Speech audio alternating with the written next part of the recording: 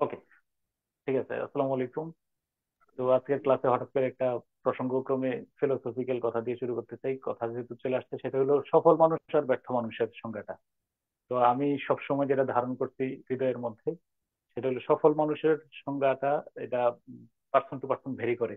আমরা মনে করি সামাজিকভাবে খুব স্টেবল, খুব মানে ভালো পদ পদবীধারী, তিনি, তার অনেক ঐশ্বর্য আছে, সম্পদ আছে, অনেক জ্ঞান গরিমা আছে, তিনি সফল মানুষ। এটা হইতে পারে, কিন্তু আমি কখনোই এটাকে সাফল্যের মাপকাঠি হিসেবে ধরিনি। যদি তাই সফল মানুষ হইতো, তাহলে মাননীয় প্রধানমন্ত্রী যিনি আহ, পালিয়ে গিয়েছেন এতগুলো মানুষকে হত্যা করার পরে, তিনিও সফল মানুষ হইতেন। হারুন আঙ্কেলও সফল মানুষ হইতেন। বা যারা এখন পালাইতেছে, তারা কিন্তু সবাই সফল মানুষ ছিলেন। তাদের কোনো কিছু, কেউ কোনো কিছুর কি ঘাটতি ছিল? সব দিক দিয়ে তারা একদম টইটম্বুর ছিলেন, কিন্তু সফল মানুষ না। তো সফল মানুষ দেখবে যে একজন রিক্সাওয়ালাদের সেলুট দিচ্ছেন তিনি। তো হাওয়েভার মানে আমি সাফল্যের মাপকাঠিটা ধরি এভাবে: যার নাম শুনলে, যারে দেখলে, যিনি উপস্থিত হয়েছেন, তুমি প্যারা নাই, তোমার কাছে রিল্যাক্স, আর তিনি আসতেছেন, তোমার ভালো লাগতেছে, তিনি সফল মানুষ। আবার ধরো উম আসতেছে শুনলেই তোমার ঘাম ছিটা যায়, মনে হয় যে আরে কি একটা খেতালের মধ্যে আছি রে, আইসা মনে হয় চলে গেলেই খুব বাঁচি, তিনি ব্যর্থ মানুষ। এবার তার যাই থাকুক। তো এটা হলো তোমার, আমি দেখছি যে আমার এলাকার মধ্যে গেছি, বা ধরো আমার মামির কথাই বলি, কেউ কোনো পড়াশোনা নাই, বিশ্বাস করো উনি আসছে মানে আমার জন্য একটা রিল্যাক্স রিলিফ। মনে হচ্ছে যে আরে মামি আসতেছে, আমার এখন ভালো খাবার দাবার খাবো, আমার খুব যত্ন করবে। কিন্তু কোনো পড়াশোনা নাই, একাডেমিক কোনো পড়াশোনা নেই, কিন্তু আমি তাকে হৃদয়ে ধারণ করি, ইয়া করি। তো এটাই হলো বিষয়টা আর কি। আর এটাই সফলের জন্য মনে রাখবে যে মানুষ যখন মারা যায়, মারা যাওয়ার পরে তুমি তুমি শুনলা হঠাৎ করে যে আমি মারা গেছি, এই কথা শোনার পরে তোমার দুইটা অনুভূতি হবে, জানো? তুমি বলে আরে একটা টাউট টাইপের লোক ছিল রে, এই কেমনে কথা বলতো, ঠিক আছে, মানে একটু মানে এই একটা আসবে। আর দ্বিতীয়ত ইস, ইস মানে ভিতর থেকে একটা ইস চলে আসবে। তো দুইটা বিষয়, তো ওই মানুষ তুমি যদি রন্ধ্রে রন্ধ্রে সে ফিল করে, এটা মনে হয়, আমার কাছে মনে হয় একটা মুক্তির ওয়ে আর কি, নাজাতের ওয়ে। হ্যাঁ, এটা আমি বিশ্বাস করি এবং এটাই সত্য। তো ওই যে এটাই কিন্তু মরিলে হাসিবে তুমি কাঁদিবে ভুবন। তো হাওয়েভার মানে ইজি গোয়িং ম্যান। তুমি যদি প্রফেট মোহাম্মদ ইসলামের বায়োগ্রাফি পুরাটা স্টাডি করো খুব ভালোভাবে, বিহেভিয়ারিয়াল দিকটা, আমরা কিন্তু নামাজ রোজা এগুলা নিয়ে খুব বেশি ব্যতিব্যস্ত থাকি। আমরা হাত বাঁধা নিয়ে ইয়া করি, ঈদ মিলাদুন্নবীতে ঈদ বলা যাবে কি যাবে না, এই সমস্ত বাহ্যিক বিষয় নিয়ে বেশি বলি। কিন্তু মনে রাখবা 80% যে কনসেপ্ট ইসলাম ধর্মের মধ্যে, এটা হলো বিহেভিয়ার। ইভেন তোমার এই আমার এই প্রসঙ্গের শেষ কথা বলে রাখি, হাসরের ময়দানে হযরত মুহাম্মদ বলছেন সবচেয়ে বেশি যে ভারী আমল নামা হবে, সেটা কিন্তু তিনি নামাজ রোজা হজ জাকাত দান সদকা, এই বন্যায় ত্রাণ, এগুলো কোনোটাই বলেন নাই। তিনি বলছেন হুসনুল খুলুক, উত্তম আচরণ। মানুষের সাথে তুমি উম, প্রাণান্ত চেষ্টা করবা যে তার সাথে রুড আচরণ না করার জন্য। সে ভুল করছে, সে অনেক বড় গলত করছে, তারপরে তুমি চাইবা তার সাথে সফট আচরণ করার জন্য। রুড আচরণ সেটার প্রেক্ষাপট ভিন্ন, মানে যেটা যার সাথে, এটা তো রুড আচরণ মানে কি, ধরো অন্যায় কাজ করতেছে, আমিন মন কারান ফালি ইউগাইয়িরহু বিয়াদিহি, যে অন্যায় করতেছে হাত দিয়ে প্রতিবন্ধকতা দেয়া, সেটা ভিন্ন বিষয়। হাত দিয়ে না দিতে পারলে মুখ দিয়ে বলা, মুখ না দিয়ে দিলে ঘৃণা করা, আমরা এর আগে যে ঘৃণার কাজটা করে আসছিলাম। তো হাউএভার এই আমার প্রথম কথা হইলো মানে আচরণগত যে সফটনেস, এটা তোমার ব্যক্তিত্ব ব্যক্তিত্বকে বাড়াবে, এবং আমার মনে হয় যে এটা ওসিলা হিসাবে কাজ করবে, যে বিপদে আপদে পড়লে বলবো যে আল্লাহ, আমি তার সাথে তো ভালো আচরণ করছিলাম। ওকে, ডান। দ্বিতীয়টা হলো উম, তৃতীয় প্রসঙ্গটা হলো মন খারাপ না হওয়ার কিছু ফিলোসফি আছে। এই ফিলোসফিটা বললে আমি ইয়ে করবো। এটাকে বলা হয়, তুমি তুমি গাজালির ফিলোসফি ধারণ করো। এটা হলো হুব্বু ফিল্লাহ আর বুগদু ফিল্লাহ। আমি তোমার গাজালি আর দাসেস মালকি দুইটা ধর্ম আর লিটারেচার মিলে এই কথা বললে আমরা ক্লাসে চলে যাবো। একটা হলো হুব্বু ফিল্লাহ, একটা হুব্বু ফিল্লাহ শব্দটা লেখা রাখো, হুব্বু ফিল্লাহ। আর একটা হলো বুগদু ফিল্লাহ, বুগদু ফিল্লাহ। হুব্বু ফিল্লাহ মানে হলো কাউকে ভালোবাসা। ধরো কি জন্য ভালোবাসবা? কাউকে উপকার করা।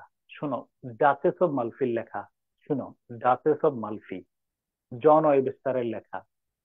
ডাচেস অফ মালফির যে নায়িকা ডাচেস যে ছিলেন, উনাকে কারণে অকারণে, বিনা কারণে ত্যক্ত উত্তক্ত করতো মেকিয়েভিলিয়ান ক্যারেক্টার খেত বোতলা। মেকিয়েভিলিয়ান ক্যারেক্টার তোমরা জানো, যে সেলফিশ ক্যারেক্টার, নিজের স্বার্থ চরিতার্থ করার জন্য যা ইচ্ছা তাই করতে পারতো। তো এই প্রচন্ড উত্তক্ত করতো, প্রচন্ড রকমের, দেখবে যে তাকে পেইন পিড়ার মধ্যে রাখতো, কিন্তু তার মন খারাপ হইতো না, তবু সে ভালো কাজ করতো। তখন ক্যারেক্টার, কোন একটা ক্যারেক্টার তাই বলতেছিল যে তোমার এত বেশি প্যারা দেয়, তারপরে তুমি, তোমার মন ভালো থাকে কিভাবে, তুমি এত ভালো কাজ কিভাবে করো? তখন ডাচেস বলছিল যে আমি যে ভালো, বর্তমান সময়ে, ওই সময়ের মধ্যে কি বলছে, এই সময়ের মধ্যে ভালো কাজের সবচেয়ে বড় রিওয়ার্ড হইলো কি বলতো, আমি যে ভালো কাজটা করেছি তার কারণে আমার অন্তরের পরিতৃপ্তি। আমি হুবহু লাইনটা তোমার বলতে পারবো না, ভুলে গেছি, মানে লাইনটা এরকম ছিল, আমি যে ভালো কাজ, আমার ভালো কাজের রিওয়ার্ড কি, আমি যে তার জন্য ভালো কাজটা করছি, এই ভালো কাজের কারণে যে আমি অন্তরের ভিতরে পরিতৃপ্তি লাভ করেছি, এটা হলো সবচেয়ে বড় রিওয়ার্ড। আর এটার সাথে তুমি গাজালির ফিলোসফি বলো, তুমি, আমরা মানুষের উপকার করি, শোনো, তোমারে আমি বন্যার সময় ত্রাণ দিলাম, 1 লাখ টাকা ধার দিলাম, আমি আবার প্রত্যাশা করি তুমি আমার সাথে আবার ত্রাণ দিবা, তুমি আমার আবার ফিডব্যাক দিবা। তো এই যে আমাদের যে চাওয়ার যে মানে লিমিটেশন, বা আমরা যে মানে একটা এক ধরনের সীমাবদ্ধ ধারণা নিয়ে বাস করি, মনে রাখবা যারে উপকার করবা তার কাছ থেকে কোনো প্রাপ্তির আশা করবা না। আমি তোমার সাথে, তুমি তুমি আমার সাথে ভালো আচরণ করছো, বা আমি তোমার সাথে ভালো আচরণ করছি, এর বিনিময়ে তিনি দিবেন, যিনি আমাকে ভালো কাজের নির্দেশ দিচ্ছেন, তিনি বলছেন যে তোমার সাথে আমি যেন সদাচরণ করি। প্রতিদান তো তুমি দিবা না, তুমি কি দিবা? মানে তুমি তো, আমরা তো নিজেই ছোট মানুষ, যে মশার কারণে আমরা কিন্তু মশার নিচে ঢুকি কেন, মশার কামড় থেকে বাঁচার জন্য। অতএব মানুষ আমার প্রতিদান দেবে না। অতএব তুমি, আমাদের মন খারাপের বড় কিছু কারণের মধ্যে এটা অন্যতম কারণ হলো আমাদের প্রত্যাশার সাথে প্রাপ্তির ঘাটতিটা অনেক ব্যবধান থাকে। যেটা তুমি শোপেন হাওয়ারের যদি এস সি, শোপেন হাওয়ার, SCHOPEN বানানটা দেখে নিও, HOWER মেবি, দুঃখবাদী দার্শনিক তাকে বলা হয় শোপেন হাওয়ার। তিনি এই গৌতম বুদ্ধের যে তত্ত্ব, মানে বুদ্ধিজমের সাথে একটা কম্পেয়ার করে একটা সিদ্ধান্তে আসছেন, মানুষের দুঃখের প্রধান কারণ হলো এক্সপেকটেশন। এবং তিনি বলছেন যে তিনি তার সমাধান একটাই, আই এক্সপেক্ট, খাতার উপরে লিখে রেখে, আমি তার সব ক্লাসে লিখে দিই, নাথিং ফ্রম ইউ, ফোকাস করে লেখা রাখো, এটা হলো secret of happiness, of happiness, happiness. কিন্তু এইটা তখন আমরা পারি না। আমি প্রত্যাশা করছি যে তুমি আমার সালাম দিবা, তুমি সালাম দাও নাই, চলে গেছো, দেখা না দেখার ভান করে চলে গেছো। হয়তো কোনো তোমার তারা ছিল, আমার সারাদিন মাটি, কেমন পোলাপান পড়াইলাম, এত দেখছো আমার ইগনোর করে গেল। ইস, এই যে সালাম প্রত্যাশা করা, মোহাম্মদ ইসলামের ভাষায়, আল ইয়াদুল উলিয়া খৈরুম মিনাল ইয়াদিস সুফলা, আপার হ্যান্ড, এটাও লেখা রেখো, লাস্ট কথা আজকে, হঠাৎ করে ফিলোসফিতে চলে গেছি ক্লাসে। ইয়াদুল উলিয়া খৈরুম মিনাল, অর্থটা একদম ইংলিশে বলো,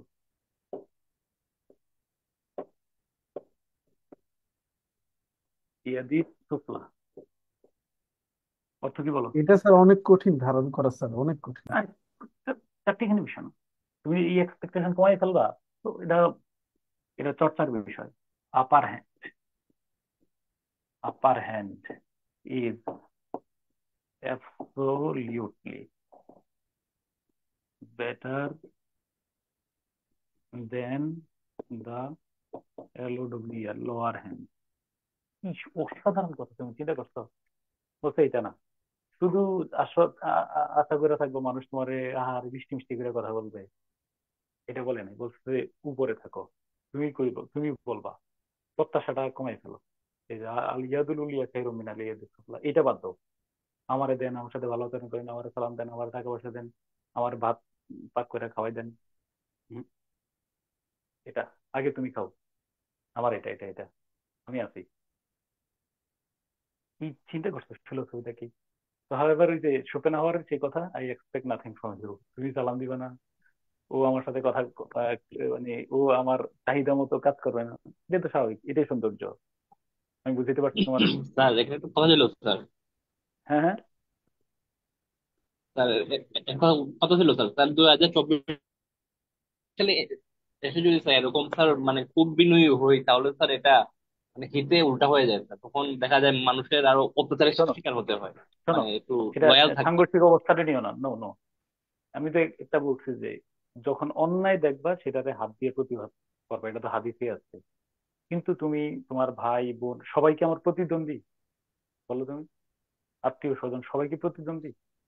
না স্যার। কথাগুলো মোটেও একটু না। লাইভ করে আসলে ভালো হতো স্যার। বিহেভিয়ারাল ক্ষেত্রে তুমি একজন রিক্সা থেকে নামছো, তার একটু রিক্সা দিয়ে দেওয়ার সময় তার একটু খোঁজ খবর নিলা, তার এই মানে মানুষের মন জয় করার জন্য কিন্তু খুব বেশি কিছু করতে হয় এমনটা না কিন্তু। একটু just ইয়ে করে বলো ভালো থাকবেন আপনি, আসলে কষ্ট করেন আমার ভালো লাগে খুব, আসলে অনেক পরিশ্রমের পয়সা, 1 টাকা বাড়াই দিলেন, 10 টাকা থেকে 12 টাকা দিত, 2 টাকা কিছু না, কিন্তু তারা টাচ করতে, এটা কিন্তু অনেক বেটার বিষয়। তারপর মানে বিহেভিয়ারাল ওয়ান ক্ষেত্রে। সাইডেড কমিউনিকেশন আসলে পসিবল না স্যার। আমার হ্যাঁ হ্যাঁ ব্যাপারে হ্যাঁ যদি অন্যদের ফিলিংস না থাকে তাহলে স্যার হ্যাঁ। প্রতিবার নিজে না নিজে না, কানেক্ট করা পসিবল না স্যার। খুব কঠিন কাজ, আমি আমি স্বীকার করি, খুব কঠিন কাজ। কিন্তু এই এই এটা যখন লাস্টে একটা কথা বলে আমি ক্লাস শুরু করে দেবো। এই এই জন্য ইমাম গাজালি পড়বা, গাজালি তোমার খুব পছন্দের লোক। উনার একটা বিখ্যাত কিমিয়ে সাদাতের মধ্যে বলছিল যে ধর রাগ, ঘৃণা, শুনো কথাগুলা, ক্ষোভ, হিংসা, দেশ, এই ধরনের বিষয়গুলা, এগুলো এমন প্রয়োজন, এটা একটা বিষের মতো তিনি তুলনা করছেন। বলছে এটা এটা এটা দুই দুই ভাবে, একটা পাত্রে রাখা হয় আর একটা পাত্রে ঢালা হয়। কথা শুনো কথাটা, কোন পাত্র বেশি ক্ষতিগ্রস্ত হয়? এই বিষটা যে পাত্রে ধারণ করা হয় নাকি যে পাত্রে ঢালা হয়, বলো কোনটা বেশি ক্ষতিগ্রস্ত হয়? জানো কি? যে পাত্রে ঢালা হবে সেই পাত্র। আরে যে পাত্রে ঢালা হয় সেই পাত্র হবে আমার, শোনো, যে পাত্রে রাখা আমার হবে স্যার। যেই পাত্রে রাখা হয় এই পাত্র ধ্বংস হয়ে যায়। ধরো তোমারে নিয়ে আমার প্রচন্ড রাগ হিংসা, আমি কিন্তু দুইলা বুড়া থাক হারিয়ে দিতেছি আর মনে হইতেছে তুমি ধ্বংস হয়ে গেছো, জ্বলতেছি আমি কিন্তু মনে হইতেছে কি বলো, তুমি শেষ। তোমার দেখবে যে ভিতরে আগে দেখো এগুলা জ্বালাও পড়াও কাজ করতেছি কিনা কারোর ব্যাপারে, দেখবে যে সে ক্ষতিগ্রস্ত হয় না, আমি নিজে ক্ষতিগ্রস্ত হই। তো এগুলা যে এই রিপু গুলো উদ্ধার, তা সহজ কাজ না। আর এটা সরি স্যার, যতটুকু এই সরি। হ্যাঁ, যতটুকু যতটুকু পর্যন্ত উদ্ধার করে আসতে পারবা ততটুকু দেখবা যে এই যে হ্যামলেট কেন পড়ি আমরা, Hamlet, there are more things in heaven and earth Horatio than dreamed of in our philosophy. হ্যামলেটে হোরাসিও এসে আউল ফাউল কথা বলা চিন্তা করতেছে, ভাবাইতেছে। হোরাসিও তারে হ্যামলেট ধমক দিয়ে বললো যে ফাজিল, তুমি এগুলো আমারে বলতেছো, এগুলো আমার চিন্তার বিষয়? কি বলতেছো? আমি আমি আশরাফুল মাখলুকাত, কত উত্তম চিন্তার বিষয় আছে আমার, কত চমৎকার আমি ভাবতে পারি, কত মানে অসাধারণ বিষয় ভাবনার আছে। আর তুমি আমার এই সমস্ত এই পরশ্রী কাতরতা, এই সমস্ত ছোট লোকই বিষয়গুলো আমার মাথায় ঢুকাচ্ছ। সরি, চিন্তা করছো এই জন্য হ্যামলেট মহিয়ান। ফিলোসফি ধারণ করে তো বলছি সামান্য, হ্যাঁ। আর একটা ওকে, কোর্স তাহলে করব আপনার আপনার আপনার কাছে স্যার। আর কিচ্ছু না, কিচ্ছু না, এটা কিচ্ছু না, এটা প্র্যাকটিসের বিষয়। ওকে, তোমার এই যতটুকু বলছি এটা প্রয়োজনে আরেকবার রেকর্ড শুনে আরেকবার তুমি মানে ভিতরে একটা আলো জ্বালাইও। তো আমরা চলে যাচ্ছি ইয়াতে, টাইম না 10 মিনিট সময়, পরীক্ষা 10 মিনিটে আমার এই কাজটা করতে হবে। খাতা কলম রেডি, অ্যাকচুয়ালি বিসিএস এর স্যার ট্রান্সলেশনটা করবো। 10 মিনিট জি টাইম, স্যার। তারপর আমি তোমার সাথে মিলবো।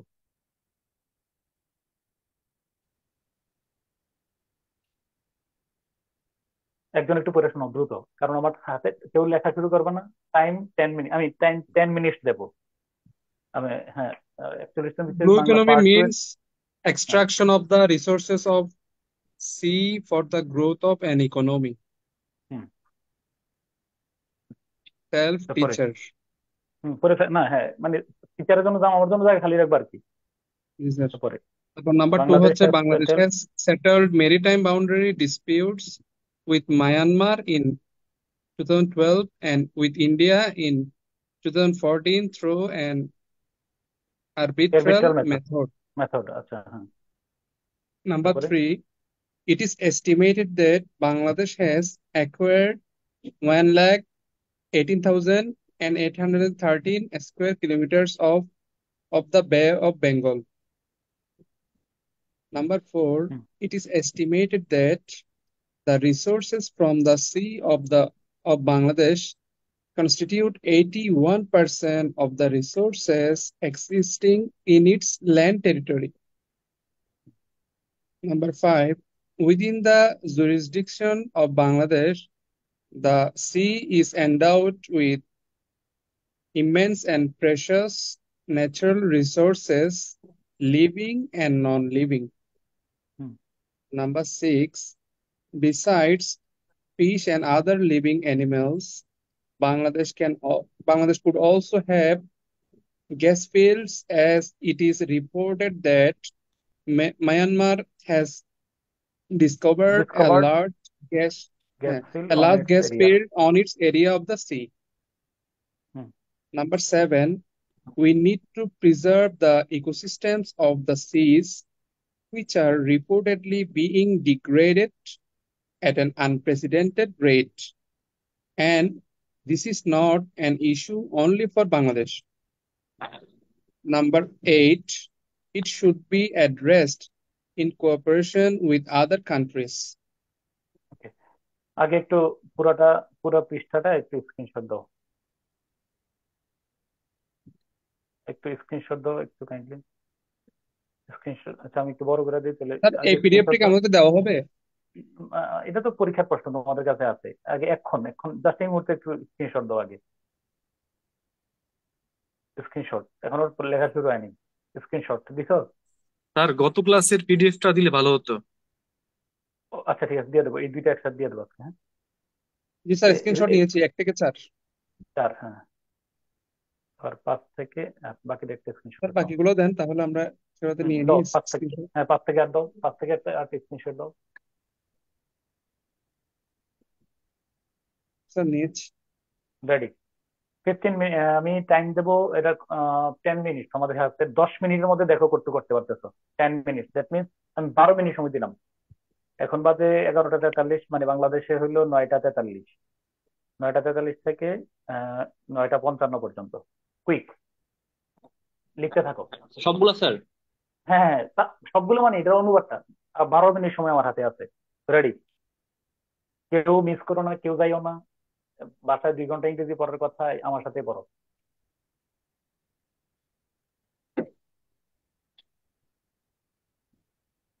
স্যার লিখে করবো না, জাস্ট খালি ট্রান্সলেট অর্থ অর্থ অর্থ লেখা দিল, জাস্ট অর্থটা লিখো দ্রুত, সময় নাই, দ্রুত। 12 মিনিট সময়, 12 মিনিটে আমার এই অর্থটা লিখতে হবে।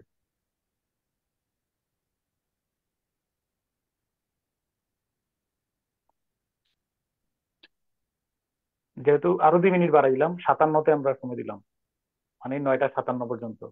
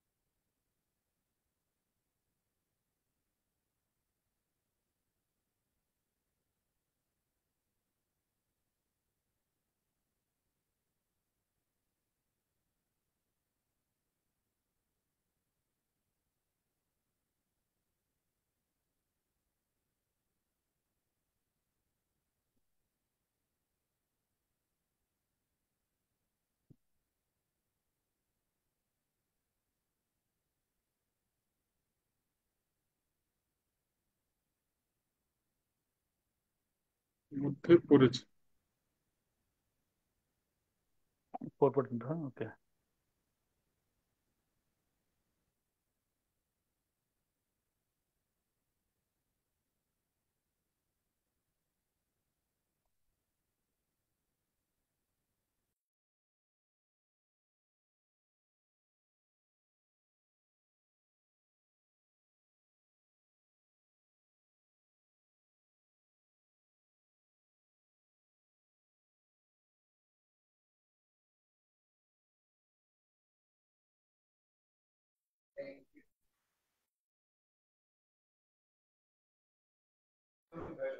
স্যার এটা কি অনুবাদ করতে হবে? হ্যাঁ, হ্যাঁ, হ্যাঁ, অনুবাদ।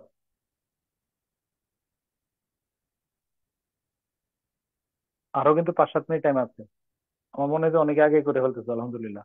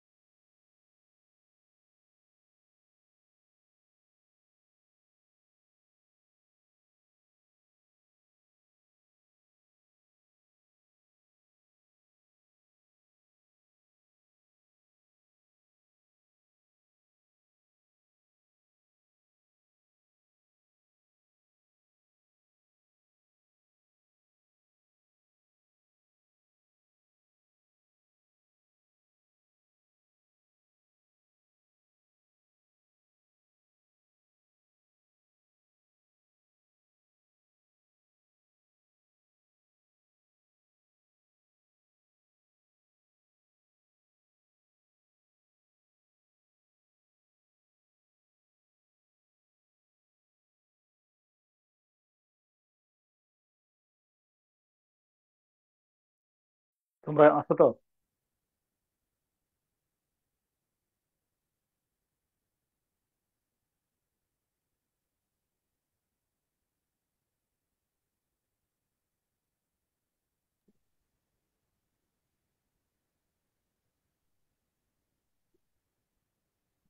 একটু আওয়াজ টাওয়াজ করো তোমরা।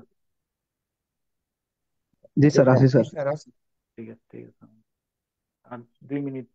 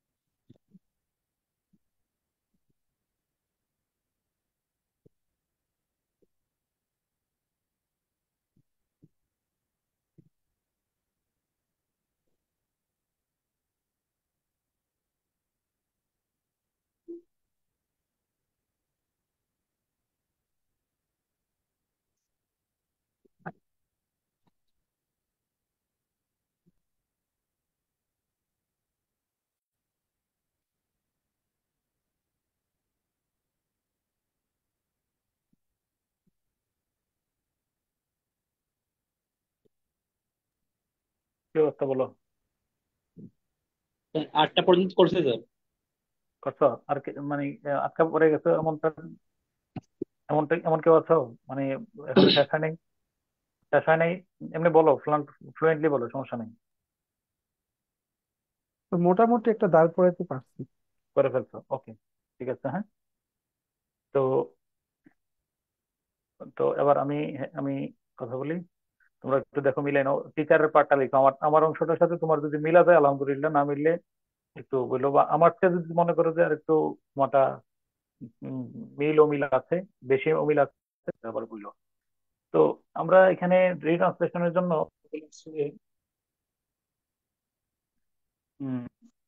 তোমার আহ, ওই যে কলিং goes to school every morning by rickshaw, তাই না?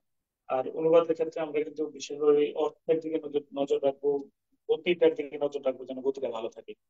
তো blue economy means extraction of the rock. আমি একটু হুম। তো এটা যদি আমরা শেষ থেকে শুরুর দিকে যাই তাহলে কেমন হয়? সুনীল অর্থনীতি সাবজেক্ট অর্থ দিলাম। সুনীল অর্থনীতি বলতে, বলতে শব্দটার সহায়ক শব্দ। সুনীল অর্থনীতি বলতে উম, বা ব্লু ইকোনমি বলতে, ব্লু ইকোনমি বা সুনীল অর্থনীতি বলতে শেষে চলে যাই,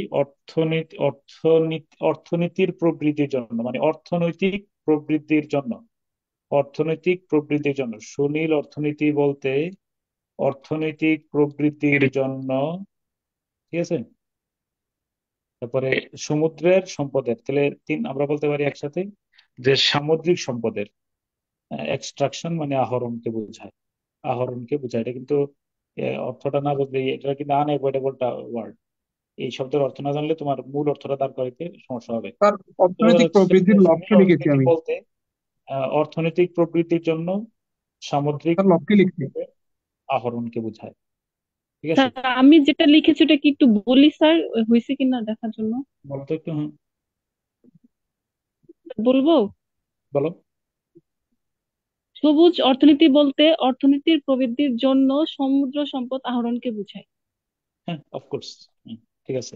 শেষের দিক থেকে শুরুর দিকে আসলে হয়ে যাচ্ছে, কিন্তু এটা একটা মজার বিষয়। স্যার হ্যাঁ, আমি কি স্যার বলতে বলতে স্যার, হ্যাঁ বলো। স্যার সুনীল অর্থনীতি মানে সকল উৎস ব্যবহারের মাধ্যমে একটি অর্থনীতি প্রবৃদ্ধিকে বোঝায়, এগুলো লিখছি স্যার। ভালো হয় নাই, কি না, কতটুকু না, স্যার? না, তা তো আরেকবার বলো কি লিখছো। স্যার সুনীল অর্থনীতি মানে সকল উৎস ব্যবহারের মাধ্যমে অর্থনৈতিক প্রবৃদ্ধিকে বোঝায়। কেন সকল উৎস পাইছো কই এখানে? না, অবশ্যই না। এটা তোমরা সোর্স না তো। রিট্রান্সলেশন। Resources sir. আহরণের হ্যাঁ, জায়গায় নিষ্কাশন দিলে স্যার কি এখানে হবে? স্যার এক্সট্রাকশন যেহেতু আছে স্যার, আহরণ বাটে নিষ্কাশন বলো যাই বলো, এই যে আমি একটা পুরো অর্থ বলতেছি যে সুনীল অর্থনীতি বলতে, বলতে শব্দটারে গোলদাগ দিয়ে লেখা রাখো সহায়ক শব্দ। সুনীল অর্থনীতি বলতে অর্থনৈতিক প্রবৃদ্ধির জন্য, এই যে স্পষ্ট লেখা আছে অর্থনীতির প্রবৃদ্ধির জন্য সামুদ্রিক মানে সমুদ্রের সম্পদের আহরণকে বোঝায়। ঠিক আছে। আমি ব্লু স্যার এটা ইকোনমি লাস্টে এনে ডেফিনেশন। অর্থনৈতিক প্রবৃদ্ধির জন্য সামুদ্রিক সম্পদের নিষ্কাশনী সুনীল অর্থনীতি এইভাবে লিখছি। ফাইন, শিওর, তুমি একদম নোট 4 ফলো করছো। শেষ থেকে শুরু যদি করো যে অর্থনৈতিক প্রবৃদ্ধির জন্য, খেয়াল করে দেখো, সামুদ্রিক, অর- স্যার। অর্থনৈতিক প্রবৃদ্ধির জন্য সামুদ্রিক সম্পদের আহরণকেই সুনীল অর্থনীতি বলা হয়। অ্যাবসলিউটলি। জি, স্যার। হুম। স্যার 2 অর্থনৈতিক নম্বরে। প্রবৃদ্ধি অর্জনের জন্য স্যার বলা যাবে না স্যার? হ্যাঁ, কি? স্যার অর্থনৈতিক প্রবৃদ্ধি অর্জনের জন্য। অর্থনৈতিক প্রবৃদ্ধি অর্জনের জন্য, হ্যাঁ সমস্যা নাই, তাতে সমস্যা নেই, জন্য টন্য তো সমস্যা নেই। দেখো মানে আমি বলে রাখি, মুদ্রা কথা হলো তুমি আমার নিয়মের সাথে পুরা সাংঘর্ষিক হয়েছে কিনা দেখো, আনলে ওকে। এরপর পরের লাইনটা বলতেছি, ধরো আমি একটু আবার। সহায়ক শব্দ হিসেবে স্যার দেশের অর্থনৈতিক প্রবৃদ্ধির জন্য বলা যাবে, দেশের অর্থনৈতিক প্রবৃদ্ধির জন্য। হ্যাঁ, তা ঠিক আছে, সমস্যা নেই। ওকে, 2 নম্বরে। আহ, বাংলাদেশ হ্যাজ সেটেলড, দেখো এবার আমি বলতেছি, মিলে নাও। বাংলাদেশ না, বাংলাদেশ ছিল subject, Bangladesh has settled, Bangladesh has settled হলো ভার, maritime boundary disputes with Myanmar in 2012 and with India in 2014 through an arbitral method. Arbitral method মানে এটা যদি আরবিট্রাল মেথড হলো, এটা তুমি যদি সালিসের মাধ্যমে।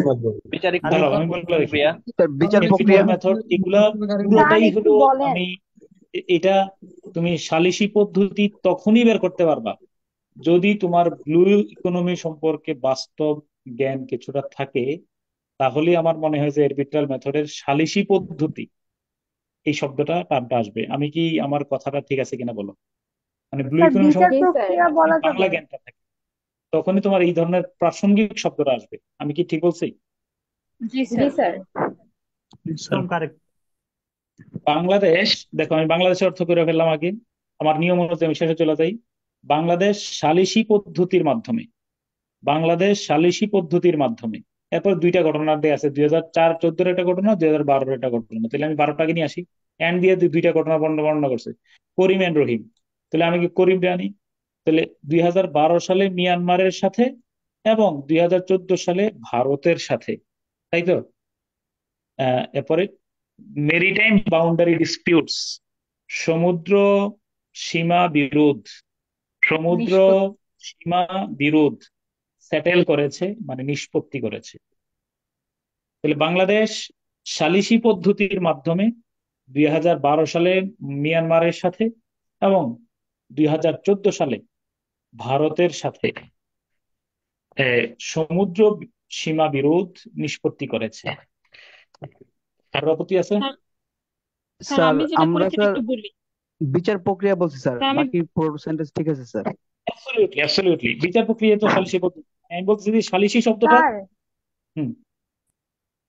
স্যার আমি লিখেছিলাম যে বিচার প্রক্রিয়ার বাংলাদেশ বিচার প্রক্রিয়ার মাধ্যমে 2012 সালে মায়ানমারের সাথে এবং 2014 সালে ভারতের সাথে সমুদ্র সীমা বিজয় লাভ করে। বিরোধ সমুদ্র বা সীমা এখানে কি? বিজয় না, সমুদ্র সীমা বিজয় না বইলা সমুদ্র ডিসপিউট মানে বিরোধ, বিরোধ নিষ্পত্তি করছে। মানে এটা স্যার হলো যে আমি বিরোধটা একটু ছিল বলি স্যার। সেটা ওকে স্যার। সমাধান। এটা জয়, দুই পক্ষেরই জয় আছে এখানে। স্যার বিরোধ না বলে মীমাংসা বলা স্যার যাবে। বাংলাদেশ বিচারিক প্রক্রিয়ায় 2012 ও 2014 সালে ভারত ও মিয়ানমারের সাথে বিরোধপূর্ণ সমুদ্র সীমা অর্জন করেছে। তো না, এটা কি 12 হবে? 14 সালে যদি বলো এমনি আলাদা, তাহলে তো তাও তো অর্থের ঘাটতি থাকতেছে। 12 14 সালে কোনটা হয়? বরং আমি 2012 সালে স্যার মিয়ানমারের সাথে এবং 2014 সালে ভারতের সাথে, তাহলে তোমার স্পেসিফিক্যালি স্যার আমরা জানতে এখানে পারি কত সালে কারটার আন্তর্জাতিক সাথে। সীমারেখা পদ্ধতি, স্যার এখানে আন্তর্জাতিক সীমারেখা পদ্ধতিতে বলা যাবে না। না, এরবিট্রাল বাংলাদেশ মেথড হলো আন্তর্জাতিক সীমারেখা সালিসি পদ্ধতি। পদ্ধতিতে। সালিসি পদ্ধতি, এরবিট্রাল মেথড। ওকে। স্যার স্যার আমি সালিসি লিখেছি পদ্ধতিতে তো বিচারিক পদ্ধতি, মানচিত্র বিচারিক পদ্ধতি, সালিসি পদ্ধতি। তবে আমরা সালিসি শব্দটা তারাই আনতে পারবো যারা ব্লু ইকোনমি রচনাটা বাংলা একবার পড়ছি। স্যার আমি স্যার লিখেছি সালিসি যে কথাটা বলার পরে স্যার মানে চিন্তা করতেছিলাম কি এটা হবে কিনা সালিসি কথাটা হ্যাঁ হ্যাঁ, সালিসি। এটা কনফিউশন বাংলা ছিলাম। রচনা যদি পড়ো অবশ্যই এখানে সালিসি পদ্ধতি দেয়া আছে। আমার কথা ঠিক থাকলে একজন বলো হ্যাঁ বা না। জি স্যার। জি জি স্যার। জি স্যার, ঠিক আছে। সালিসি প্রক্রিয়ার কথা শেষের দিকেও ব্যবহার করা যাবে কি? স্যার না, এখানে আমি শোনো, ঘটনা হচ্ছে আমি স্যার তোমার সালিসি বলে রাখি, প্রক্রিয়া এটা অনুবাদ, ফোনে আসে না অনুবাদের স্যার। ক্ষেত্রে আমি যে না প্রক্রিয়াটা না অনুসরণ করতে বলছি না, তা জি স্যার। সাবজেক্ট ধরে সালিসি শেষ থেকে পদ্ধতিতে শুরুর পড়ো বললে দিকে এটা আসো, সুন্দর হয় না স্যার অথবা বাক্যটা। সরাসরি শেষ থেকে শুরুর দিকে আসো, অনুবাদ সুন্দর হবেই, এটা শিওর। স্যার স্যার আপনারা ঠিক আছে। স্যার স্যার আমি যেটা লিখেছি সেটা হচ্ছে যে বাংলাদেশ 2012 সালে মিয়ানমারের সাথে এবং 2014 সালে ভারতের সাথে সালিসি পদ্ধতিতে সমুদ্র সীমা বিরোধের নিষ্পত্তি করে। ওকে, সমস্যা নেই, কি হয়েছে কিন্তু, নো প্রবলেম, অ্যাবসলিউটলি ওকে। তারপর ইট ইজ এস্টিমেটেড দ্যাট, এটা অনুমান করা হয় যে, অনুমান করা, আমি এটা দিতে চাই না, ইট ইজ এস্টিমেটেড দরকার নেই তো, এটা হলো এটার বলা হয় তোমার অনুমান করা হয়, এটাতে আর ইটটার অর্থ দরকার নাই। অনুমান করা হয় বাংলাদেশ, শেষে চলে যাও, বাংলাদেশ সাবজেক্ট ধরলাম, শেষে চলে যাই, বাংলাদেশ বঙ্গোপসাগরে 1,18,813 কিলোমিটার, 13 বর্গ কিলোমিটার অর্জন করেছে। ঝামেলা নেই। এটাও অনুমান করা হয়, আরো অনুমান করা হয়। আমি এখানে আরো শব্দটা সহায়ক শব্দ দিতে চাই, কারোর আপত্তি আছে কিনা বলো। স্যার আগে 3 না স্যার। নাম্বারটা শেষ করেন। না স্যার। 3 নম্বরটাতে বললাম অনুমান করা হয়, অনুমান করা স্যার আপনি হয় যে এখানে সহায়ক শব্দ হিসেবে স্যার এলাকা শব্দটা আনছি, মানে 1,18,813 বর্গ কিলোমিটার এলাকা অর্জন করেছে। আহ, এত কিলোমিটার এলাকা, তো সমস্যা নেই, স্যার সহায়ক শব্দ হিসেবে স্যার। সমস্যা নেই। তা অর্থ তো সাংঘর্ষিক না, কথা ঠিক আছে। আরো অনুমান করা হয়, হ্যাঁ, আবার এটাও অনুমান করা হয়, এটাও আরো যেটা দাও, যে the resources from the sea of Bangladesh, এই বাক্যের এই অংশটার অর্থ আহ, দাঁড়াচ্ছে বাংলাদেশের সমুদ্রের সম্পদ। আমরা একসাথে বলবো বাংলাদেশের সামুদ্রিক সম্পদ। তাহলে এটা হলো সাবজেক্ট, বাংলাদেশের সামুদ্রিক সম্পদ। এরপর আমার চলে যাওয়ার কথা শেষে, আহ শেষে কি আসছে, তোমার ইটস ল্যান্ড টেরিটরি, মানে ইটস ল্যান্ড টেরিটরি মানে কি, দেশটির স্থলভাগে, এক্সিস্টিং বিদ্যমান, they existing in its land territory. তাহলে ইটস মানে হলো দেশটির আর কি, ইটস এর অর্থ দেশটি করবো। এটা অনুমান করা হয় যে বাংলাদেশের সামুদ্রিক সম্পদ দেশটির স্থলভাগে বিদ্যমান, অফ দ্য রিসোর্সেস, সম্পদের 81%। আমি কনস্টিটিউট শব্দের অর্থ যদি এখানে সমতুল্য বা সমপরিমাণ না করি, অর্থ মিলবে না।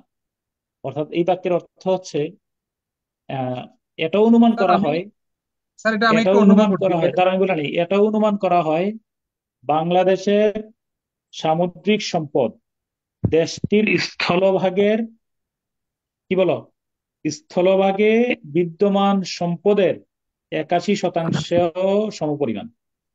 স্যার স্থল অর্থাৎ সম্পদের বাংলাদেশে, আমি বলি 81%। কথাটা শুনে নাও আরেকবার, বাংলাদেশের সমুদ্র সীমায় যে সম্পদ আছে সেটা বাংলাদেশের স্থলভাগে 81% যে সমান, যে সমপরিমাণ যে সম্পদ আছে, ঠিক সমপরিমাণ সম্পদ বাংলাদেশের জলভাগে আছে।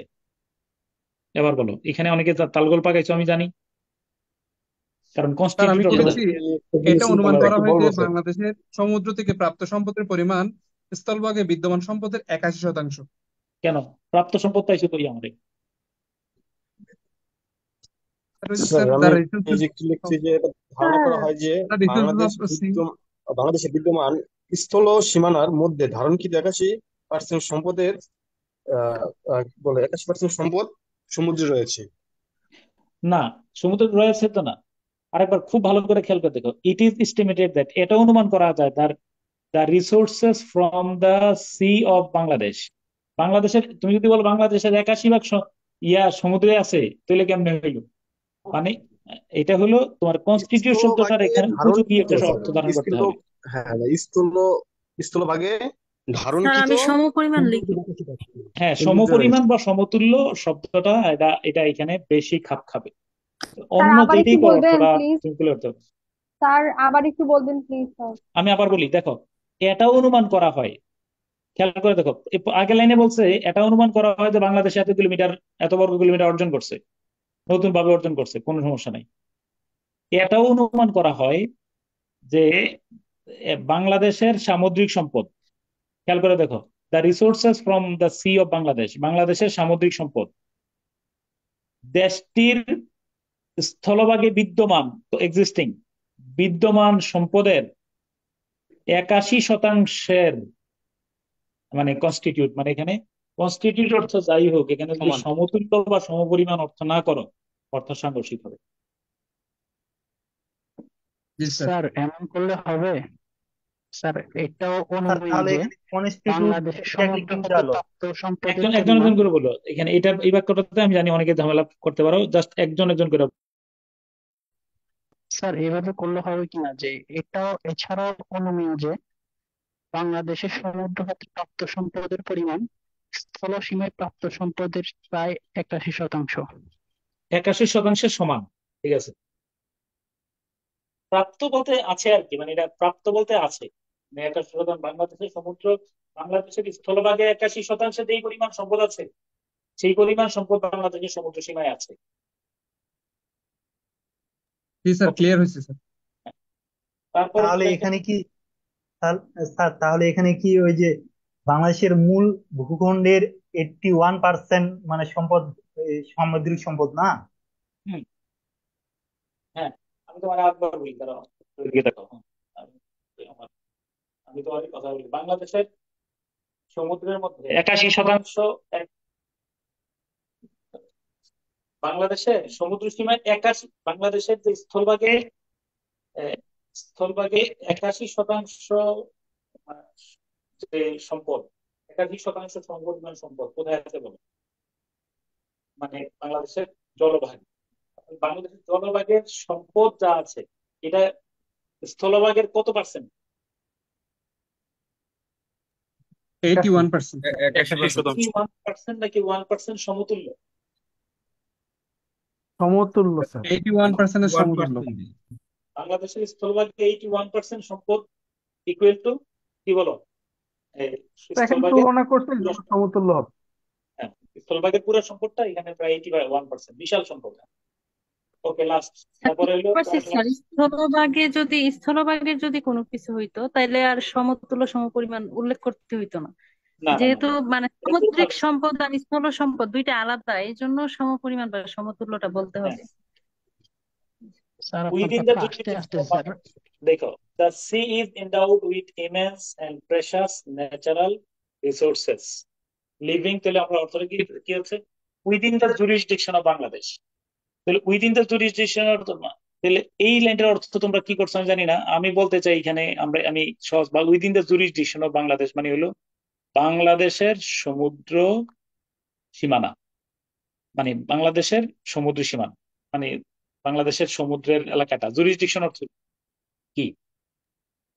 স্যার আমি স্যার এটার অর্থ জানি মালিকানায় বাংলাদেশের বললে এখতিয়ার, তার বাংলাদেশের আইনগত প্রেক্ষাপট থেকে ধারণা করা হয়েছে। বাংলাদেশের আইনগত এখতিয়ারাধীন, অধিকার, মানে তার এক কথায়, আচ্ছা আইনগত তারা আমার অর্থটা আগে দেখি, এরপর তুমি প্লাস মাইনাস করো। বাংলাদেশের সমুদ্র সীমানা, বাংলাদেশের এখতিয়ারাধীন সমুদ্র এলাকা, মানে বাংলাদেশের সমুদ্র সীমানা যদি আমি বলি, বাংলাদেশের সমুদ্র সীমা। এবার শেষে চলে যাই, তোমার লিভিং এন্ড নন লিভিং, জৈব এবং অজৈব, এরপর ইমেন্স এন্ড প্রেশাস, তাহলে কি বলো? ইমেন্স মানে হলো অঢেল, প্রেশাস মানে মূল্যবান, অঢেল এবং মূল্যবান প্রাকৃতিক সম্পদে এন্ডাউড, সম্পদ দ্বারা ভরপুর, মানে আমি অর্থটা বলি, পরিপূর্ণ স্যার। বাংলাদেশ, শুনো শুনো, বাংলাদেশের সমুদ্র সীমা, বাংলাদেশের সমুদ্র সীমা জৈব, অজৈব, অফুরন্ত, আহ, মূল্যবান, অফুরন্ত মূল্যবান প্রাকৃতিক সম্পদে ভর- ভরপুর। বাংলাদেশের সমুদ্র এলাকা, সমুদ্র সীমানা, শুনো, জীব, জীব, জৈব, অজৈব, জৈব এবং অজৈব, অফুরন্ত এবং কি বলো, মূল্যবান প্রাকৃতিক সম্পদে ভরপুর। কি সমস্যা? না স্যার স্যার আমি লিখছি মূল্যবান কথাটা আগে নিয়ে জৈব স্যার, অজৈব পরে বাংলাদেশের জলসীমার মধ্যে সাগরের সজীব ও অজীব বিশাল ও মূল্যবান প্রাকৃতিক সম্পদে পরিপূর্ণ। মধ্যে আবার পরিপূর্ণ হয় কেমনে হয়?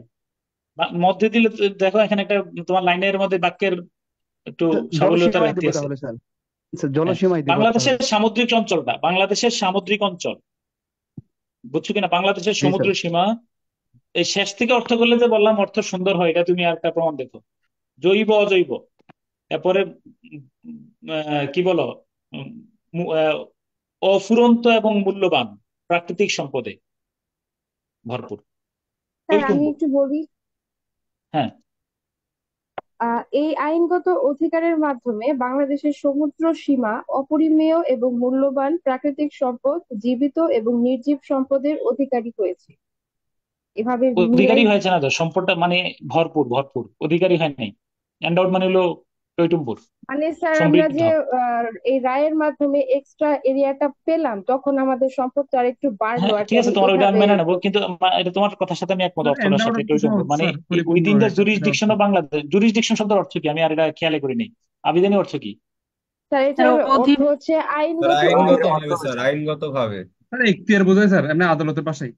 হ্যাঁ, আইনগত মানে অধিকার বা এখতিয়ারাধীন আইনগত আর কি বাংলাদেশ এখতিয়ার। এক, তাহলে আমি আর এখতিয়ার ফেখতিয়ার বাদ দিয়া যদি বলি within the jurisdiction of Bangladesh, মানে বাংলাদেশের যে এখন বর্তমানে যে বিদ্যমান সীমানা, বাংলাদেশের বর্তমান যে সীমানাটা যেটাই পাইছে আর আগে, মানে তাই না? এটা বললে হয়ে যাচ্ছে জি স্যার। বাংলাদেশের সমুদ্র অঞ্চল। স্যার, জু- স্যার একটা হ্যাঁ প্রশ্ন বলো। ছিল স্যার। হুম। স্যার এখানে যে দা সি, মানে দা সি, এখানে ইজ আছে ভার্ব, স্যার সিঙ্গুলার কেন স্যার? এখানে তো প্লুরাল ভাব হওয়ার কথা ছিল স্যার। কেন সি এর পরে আর হবে কেন? সি তো ইজ, সি তো সিঙ্গুলার। স্যার এখানে এই যে মানে যেমন endowed with immense and precious natural resources. হুম, আরে সাবজেক্ট ইজ তো হিসেবে সি অনুযায়ী, রিসোর্সেস অনুযায়ী না। ও আচ্ছা স্যার, বুঝতে হ্যাঁ, পারছি। দেয়ার থাকলে ইজ বার হয়। ওকে, আশা করি তোমরা মোটামুটি কাছাকাছি আছো সবাই। আচ্ছা, স্যার পরের লাইনটা। লিভিং এন্ড নন হ্যাঁ, লিভিং মানে কি জীবিত এবং মৃত দেওয়া যাবে? জীবিত জীবিত এবং এবং মৃত। মৃত না, জৈব, অজৈব।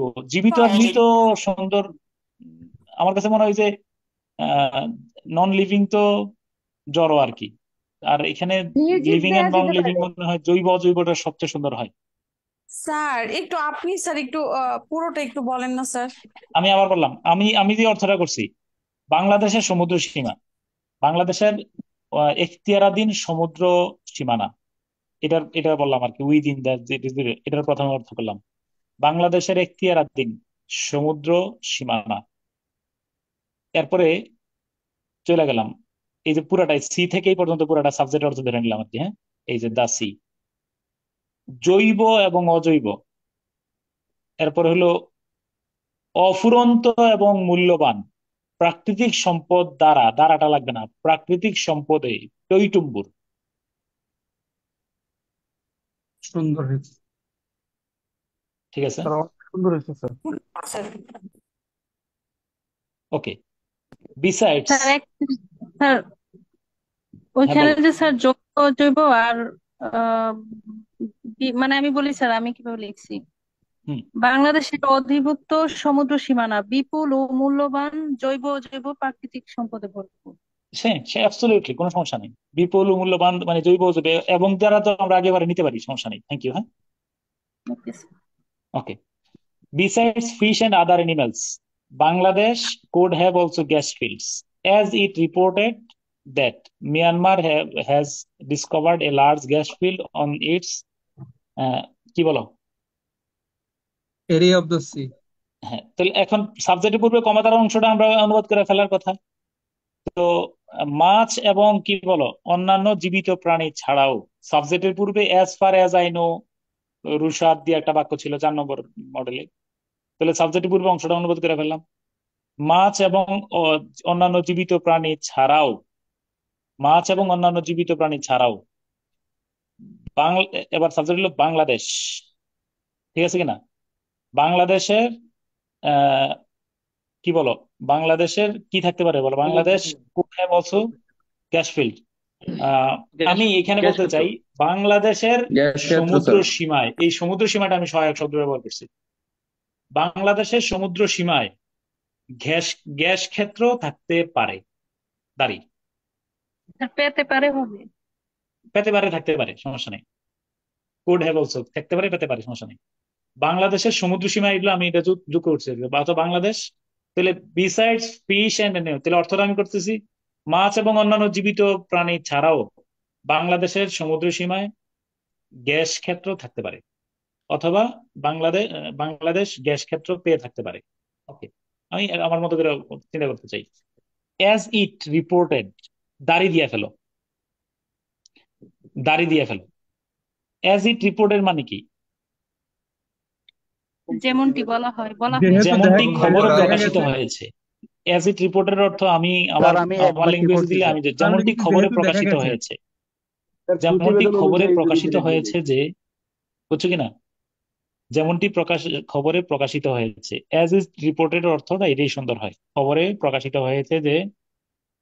তাহলে কি, মিয়ানমার সাবজেক্ট, মিয়ানমারও, মিয়ানমার শেষে চলে যাই, মিয়ানমারও দেশটির, এই যে দেশটির সমুদ্র সীমায়, on it's area of the sea, দেশটির সমুদ্র সীমানায় এ লার্জ গ্যাস ফিল্ড, একটি বড় গ্যাস ক্ষেত্র আবিষ্কার করেছে।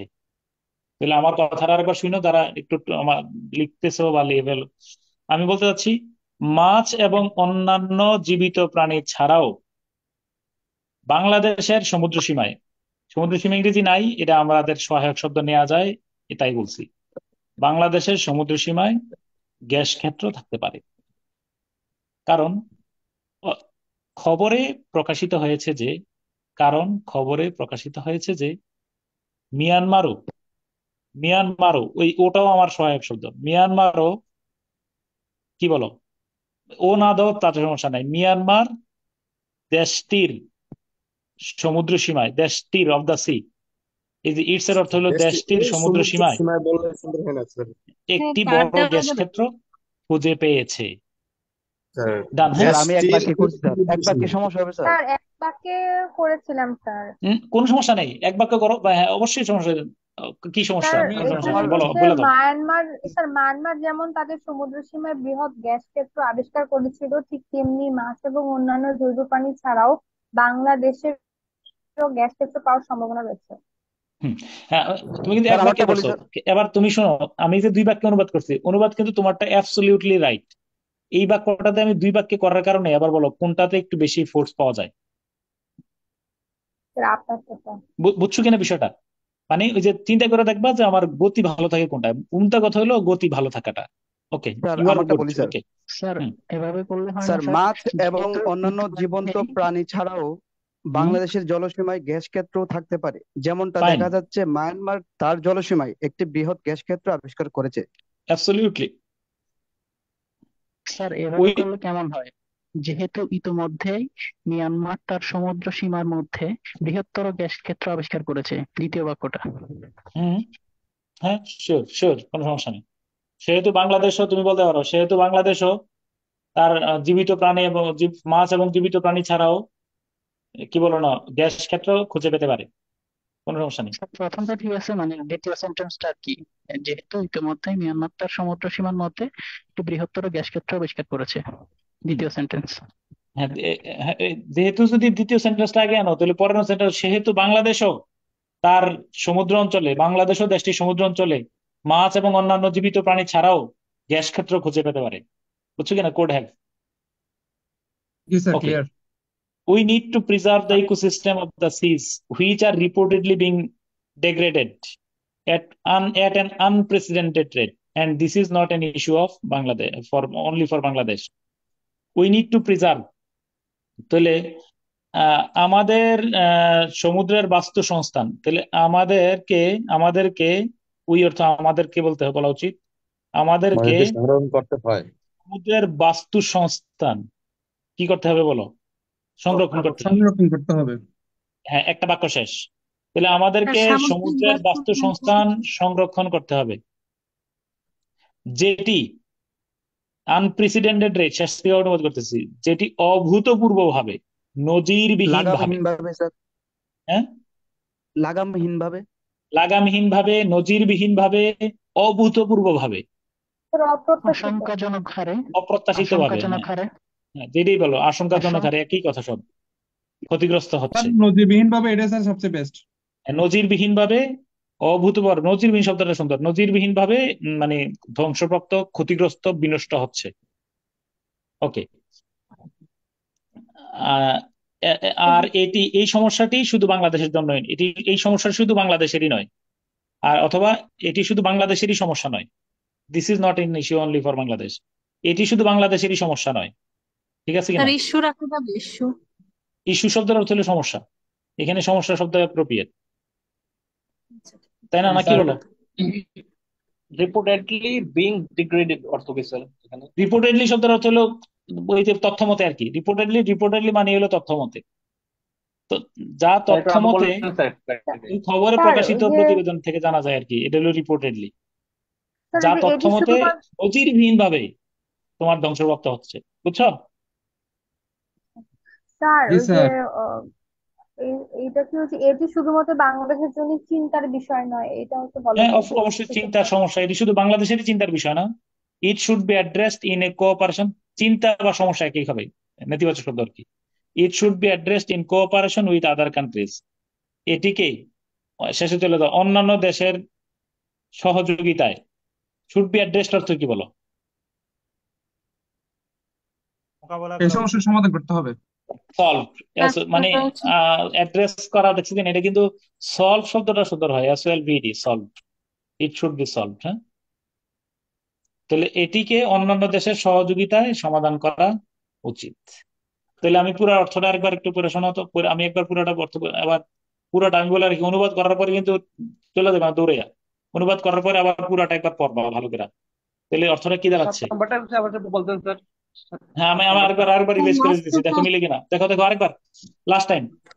সমুদ্র অর্থনীতি বলতে, এই বলতে আমার সহায়ক শব্দ, বলতে ইংরেজি নাই। সমুদ্র অর্থনীতি বলতে উম তোমার অর্থনৈতিক প্রবৃদ্ধি অর্জনের জন্য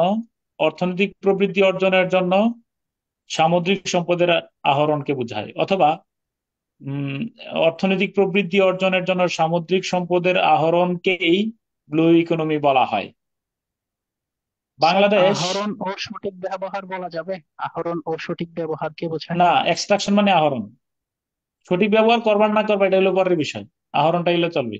স্যার এখানে তো আর ইউটিলাইজ নাই। ইউটিলাইজ নাই, এবং মনে রাখবা যে এখানে মানে নাই এমনটা দেওয়া যাবে না, তুমি সহায়ক শব্দ ব্যবহার করবা এমনটা না যে নিজের মতো করে এখানে ট্রান্সক্রিয়েশন করবা। সহায়ক শব্দ ব্যবহার করলেও যেন আমি যা বলতেছি বাক্যে যা বলা আছে তাই থাকে, অর্থ চেঞ্জ হবে না। হ্যাঁ, বাংলাদেশ সালিসি পদ্ধতির মাধ্যমে 2012 সালে মায়ানমারের সাথে এবং 2014 সালে ভারতের সাথে সমুদ্র সীমা বিরোধ নিষ্পত্তি করেছে। অনুমান করা হয় যে বাংলাদেশ বঙ্গোপসাগরে এত কিলোমিটার এলাকা নতুন ভাবে অর্জন করেছে, দিতে পারে নতুন ভাবে। এটাও অনুমান করা হয়, এটাও ধারণা করা হয়, এই যে অনুমান দুইবার না দিয়ে দ্বিতীয়বার দিতে পারো, এটাও ধারণা করা হয় যে এটা কিন্তু দ্বিতীয়বার যখন পড়বা তখন এগুলা মিলবে, মানে লিঙ্কার গুলা, যে বাংলাদেশের সামুদ্রিক সম্পদ দেশটির স্থলভাগে বিদ্যমান সম্পদের 81% সমপরিমাণ। বাংলাদেশের সমুদ্র সীমানা, বাংলাদেশের সমুদ্র এলাকা, বাংলাদেশের অধিকৃত সমুদ্র অঞ্চল, জীবিত জৈব অজৈব, অফুরন্ত এবং মূল্যবান সমুদ্র প্রাকৃতিক সম্পদে টইটম্বুর। বাংলাদেশে মাছ এবং অন্যান্য জীবিত প্রাণী ছাড়াও বাংলাদেশের সমুদ্র এলাকায়, সমুদ্র সীমানায় গ্যাস গ্যাস ক্ষেত্র থাকতে পারে, খুঁজে পাওয়া যেতে পারে। কারণ খবরে প্রকাশিত হয়েছে মিয়ানমার দেশটির মিয়ানমার তার সমুদ্র এলাকায়, সমুদ্র সীমানায় একটি বিশাল গ্যাস ক্ষেত্র খুঁজে পেয়েছে, আবিষ্কার করেছে। আমাদেরকে সমুদ্রের বাস্তুসংস্থান নিশ্চিত করতে হবে, সুরক্ষা দিতে হবে বা সংরক্ষণ করতে হবে। এটি যেটি না বলে এটি বলতে পারি দাঁড়িয়ে দিয়া। কারণ তথ্য মতে এই যে কারণ দিয়ে আরেকবার, কারণ তথ্য মতে এটি নজিরবিহীন ভাবে বিনষ্ট হয়ে যাচ্ছে, হচ্ছে না বইলা হয়ে যাচ্ছে বললে কন্টিনিউয়াস টেন্স তো, হয়ে যাচ্ছে। আর এটি শুধু বাংলাদেশেরই সমস্যা নয়, অন্যান্য দেশের সহযোগিতায় সমস্যাটিকে সমাধান করা উচিত। ওকে, ডান, ঠিক আছে। এবার আসো আমরা স্যার এবার নতুন স্যার একদম পার্ট। লাস্টের বাক্যটা, 8 নম্বর যে বাক্যটা স্যার, এটা একটু বলতে চাই। বলো। এই ব্যাপারে অ্যাড্রেস, অন্যান্য দেশের সাথে সহযোগিতার ভিত্তিতে বাংলাদেশের কাজ করা উচিত, এটা কি ঠিক? হ্যাঁ তা উচিত, সমাধান করা উচিত, কাজ করা উচিত। তুমি সিনোনিম ব্যবহার করো, তুমি যা বলতেছো ওই একই কথা হচ্ছে আর কি, মানে এটা সলভ করা উচিত। হ্যাঁ, ঠিক আছে স্যার। ওকে। এবার আসো, এবার একটু করি আমরা নতুন ভাবে, নতুন নতুন আমরা এই লেকচারের মধ্যে এখানে তোমার আমরা আস্থা বাড়ানোর, এখন হলো নাম হলো আস্থা, আস্থা প্যাকেজ চলতেছে এখন। হ্যাঁ, আমরা এই লাইনটা অনুবাদ করছিলাম, মনে আছে কিনা?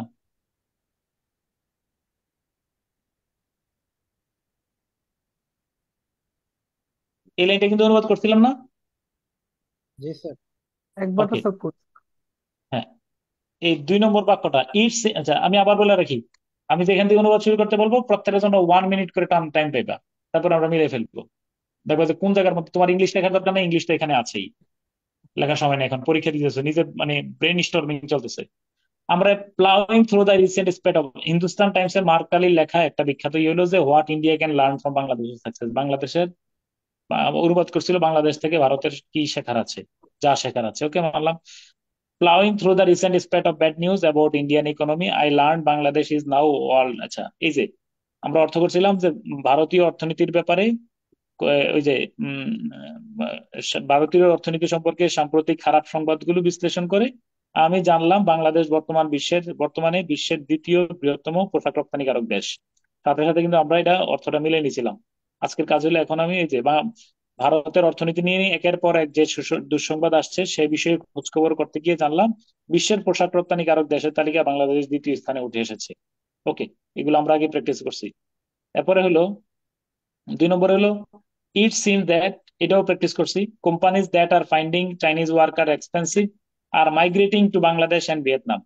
অর্থাৎ আমাদের অর্থটা ছিল এরকম, এটা মনে হয় যে সকল কোম্পানি চীনা শ্রমিকদেরকে, যে সকল কোম্পানি দেখো কিন্তু, যে সকল কোম্পানি চীনা শ্রমিকদেরকে ব্যয়বহুল মনে করছে তারা এখন বাংলাদেশ এবং ভিয়েতনামের দিকে চলে আসছে, মাইগ্রেট করছে, স্থানান্তরিত হচ্ছে। কিন্তু প্রথম আলোর অনুবাদটা করার সময় আমরা দেখছি যে কি অবস্থা দৃষ্টে মনে হচ্ছে, ইট সিমস এর অর্থ করছে অবস্থা দৃষ্টে মনে হচ্ছে যেসব কোম্পানি চীনা শ্রমিকদের দিয়ে পোশাক তৈরি করাকে বেশি খরচ সাপেক্ষ মনে করছে তারা এখন চীন ছেড়ে বাংলাদেশ এবং ভিয়েতনামের দিকে চলে আসছে। আমি কিন্তু ক্লাসের মধ্যে বলছিলাম যে অবস্থা দৃষ্টে এগুলা নাই, চীনা শ্রমিকদের দিয়ে এইটাও কিন্তু ইংরেজিতে নাই। এরপরে তারা এখন সরি, কোনটা নাই? যেসব কোম্পানি ওয়ান সেকেন্ড আছে ওটা কিনা, ডেটা ফাইন, ও চাইনা, হ্যাঁ ঠিক আছে, এটা আছে। যেসব কোম্পানি চীনা শ্রমিকদের দিয়ে পোশাক তৈরি করাকে বেশি খরচ সাপেক্ষ মনে করছে, তারা এখন এই চীন ছেড়ে শব্দটা ইংরেজি নাই, চীন ছেড়ে বাংলাদেশ এবং ভারতের দিকে চলে আসছে। চীন ছেড়ে শব্দটা আছে, আমরা সহায়ক শব্দ এটা বুঝলাম। ওকে, এবার কাজ হলো 3 নম্বর বাক্যটা। আমি কিন্তু বলছিলাম যে তোমাদেরকে করানোর কথা বা করা, কিন্তু করা হয় নাই। এখন কাইন্ডলি একটু, এখন হলো এইটা 3 নম্বর বাক্যটার সময় 1 মিনিট পাইবা, দেখো কলম টলম ভেঙে যায় কিনা আবার, এই জন্য আমি পড়ে শোনাই। Once again, India is missing out and India is missing out on the migration of labor-intensive industries in the search of cheaper manufacturing cost. Okay, দেখো এটা এটার অর্থটা বলো, সময় 1 মিনিট।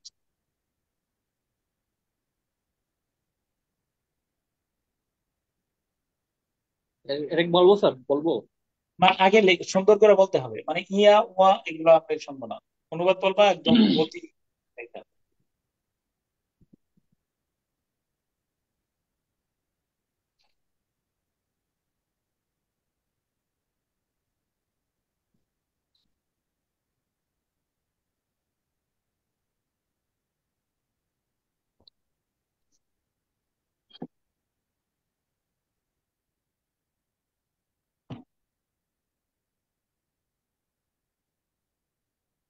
কেউ লিভ নিও না এখানে, এই অংশটাতে কিছু মানে কয়েকটা বাক্য প্র্যাকটিস নিজে করা উচিত, এগুলো বাসায় হবে না। বাসায় শীট দিয়ে দিলেও দেখবে যে তোমার টাইম বেশি কিল করতেছে।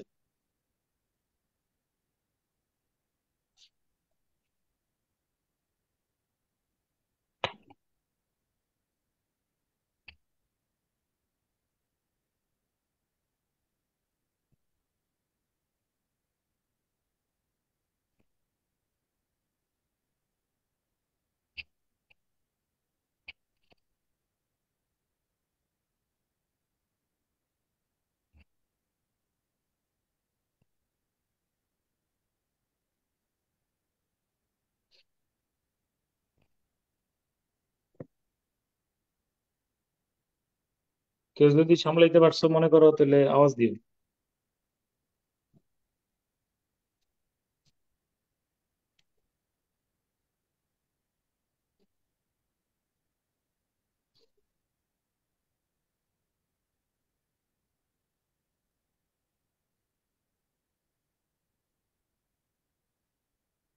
তুই লাগাচ্ছিসটা কেন? হ্যাঁ,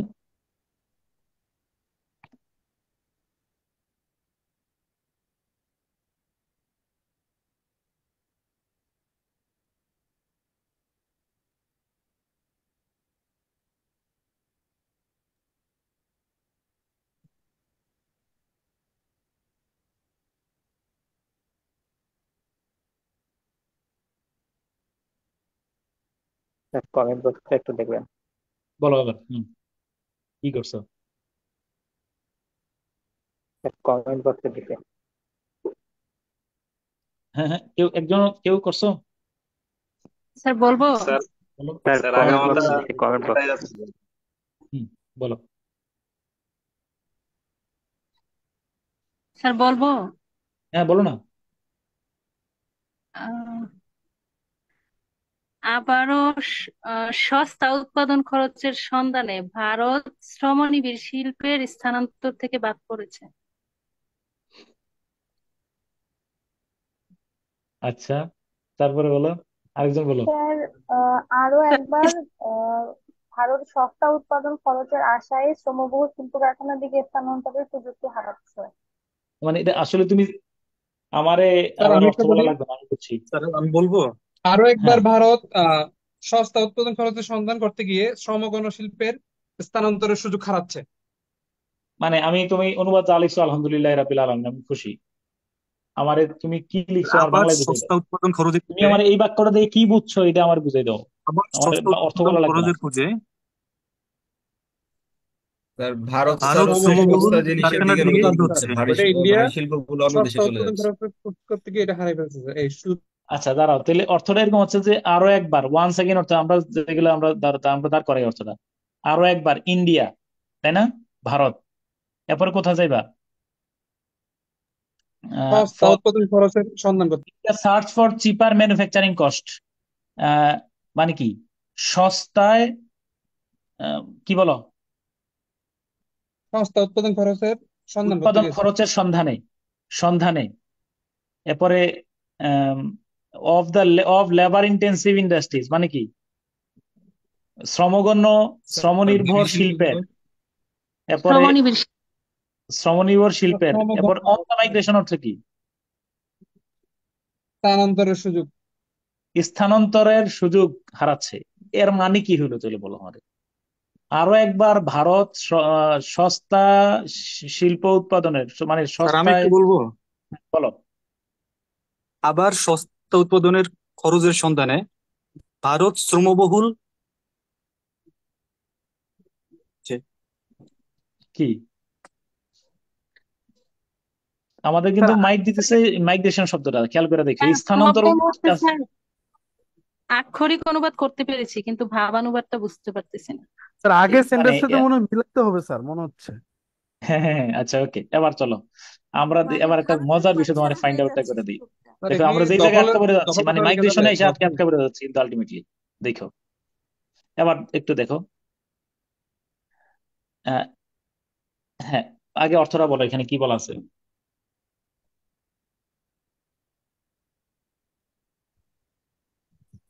আগে পড়ো অর্থটা কি। স্যার এর মধ্য দিয়ে আরো একবার দেখা যাচ্ছে স্বল্প খরচে পণ্য উৎপাদন খাতে শ্রমভিত্তিক শিল্প প্রতিষ্ঠায় ভারত অনেকটাই পিছিয়ে আছে। শুনে অবস্থাটা মানে আমার মাঝে মধ্যে আফসোস লাগে। এর মধ্য দিয়ে আরো একবার দেখা যাচ্ছে, ওয়ান সেকেন্ড খেয়াল করে দেখো, খুব ঠান্ডা মাথায় ইয়ে করো, এগুলো কিন্তু আমি বলছি সেলফ ইমপ্রুভমেন্ট, যেখানে যে আমরা আটকা পড়ছি সেই জায়গাটা কিভাবে উত্তরণ ঘটাইলো।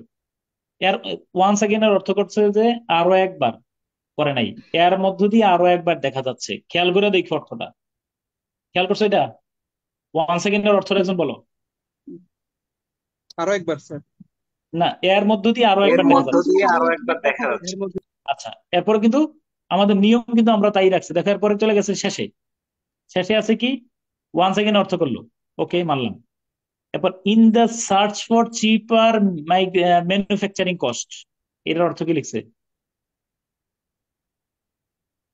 স্বল্প খরচে পণ্য উৎপাদন খাতে পণ্য উৎপাদন, দাঁড়াও থামো, স্বল্প খরচে পণ্য উৎপাদন খাতে, খেয়াল করে দেখো, স্বল্প খরচে পণ্য উৎপাদন খাতে, দ্যাট মিনস ওরা যে কাজটা করছে ইন দা সার্চের অর্থটাই করে নাই, ইন দা সার্চটা বাদ দিছে।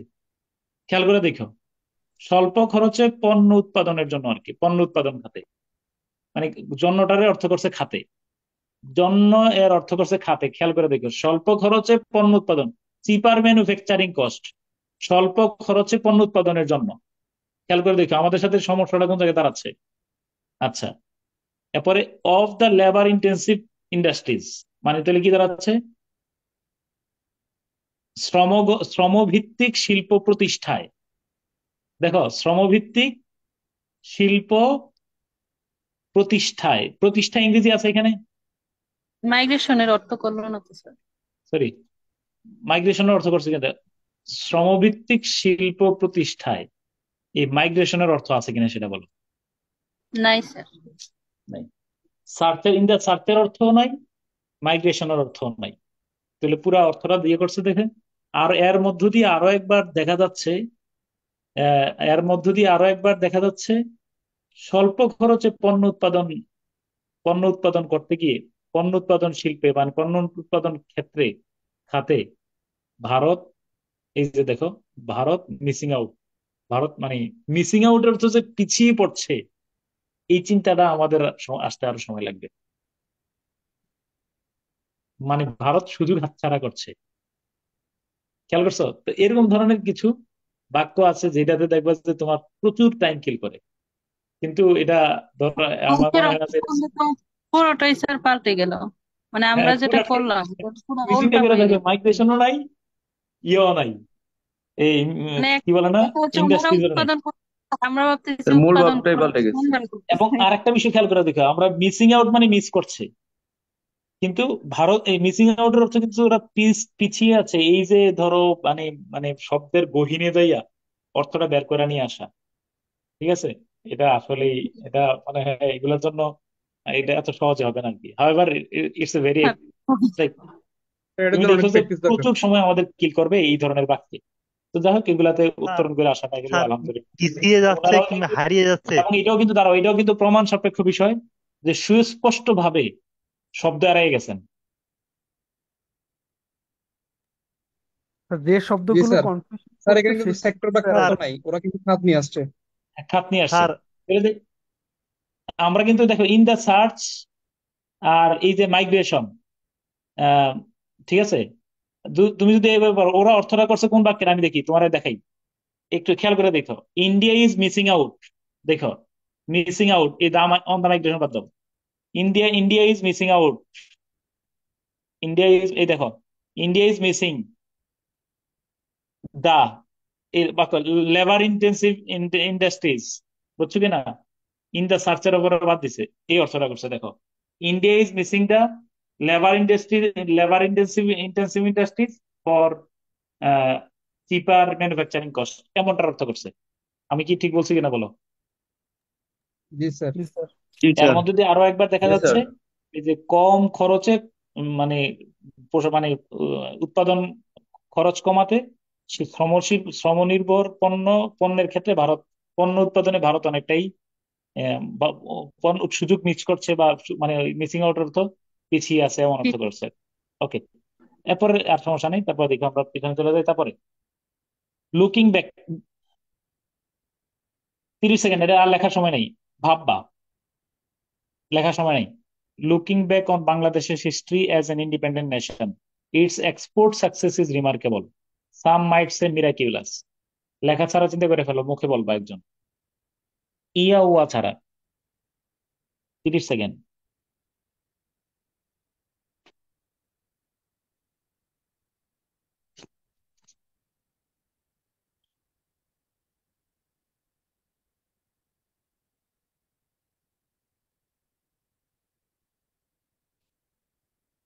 বলো।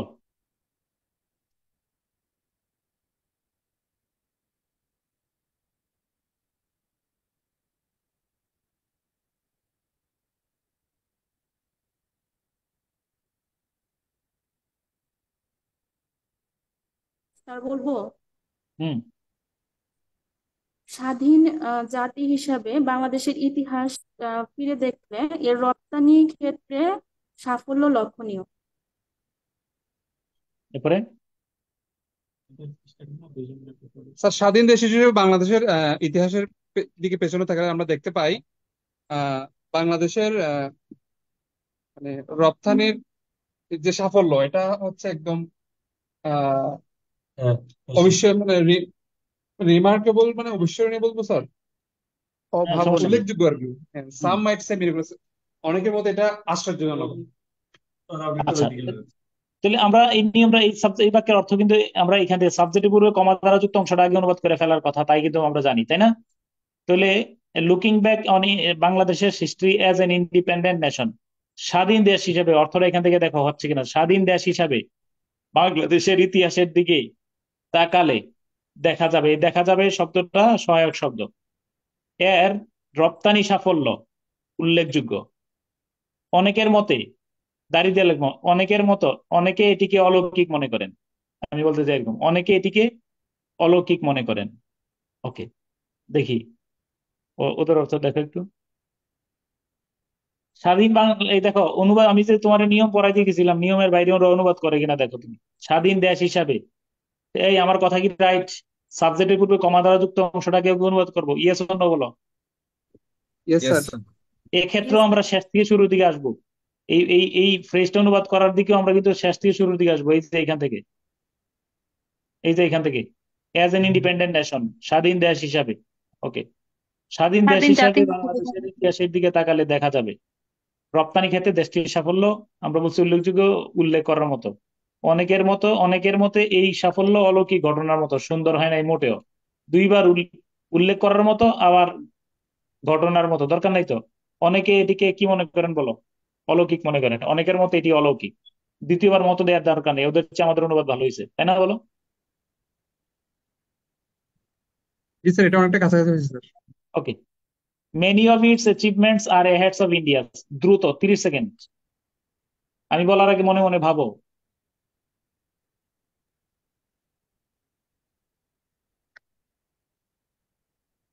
স্যার বাংলাদেশের প্রাপ্তি ইন্ডিয়া থেকে বেশি। ওকে, প্রাপ্তি কেন? অ্যাচিভমেন্ট তো অর্জন। অনেক ক্ষেত্রে বাংলাদেশের বাংলাদেশের অনেক অর্জন অর্জন ভারতের ইন্ডিয়ার চেয়ে চেয়েও অনেক বেশি। বেশি। ভারতের চেয়ে বেশি। ওকে, দেখো, অনেক ক্ষেত্রে বাংলাদেশ ভারতকে ছাড়িয়ে গিয়েছে। Thank you so much. এই যে সুন্দর হয়েছে এটা।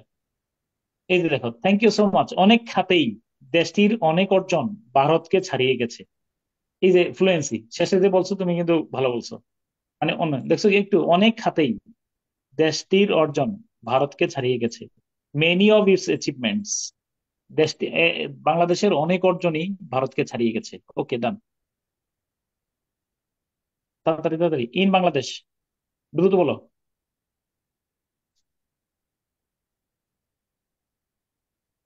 যারা মুখে বলতেছো না, তার মানে এটা না যে তুমি তুমি কিন্তু আমার সাথে একটা আধ্যাত্মিক সংযোগে আছো।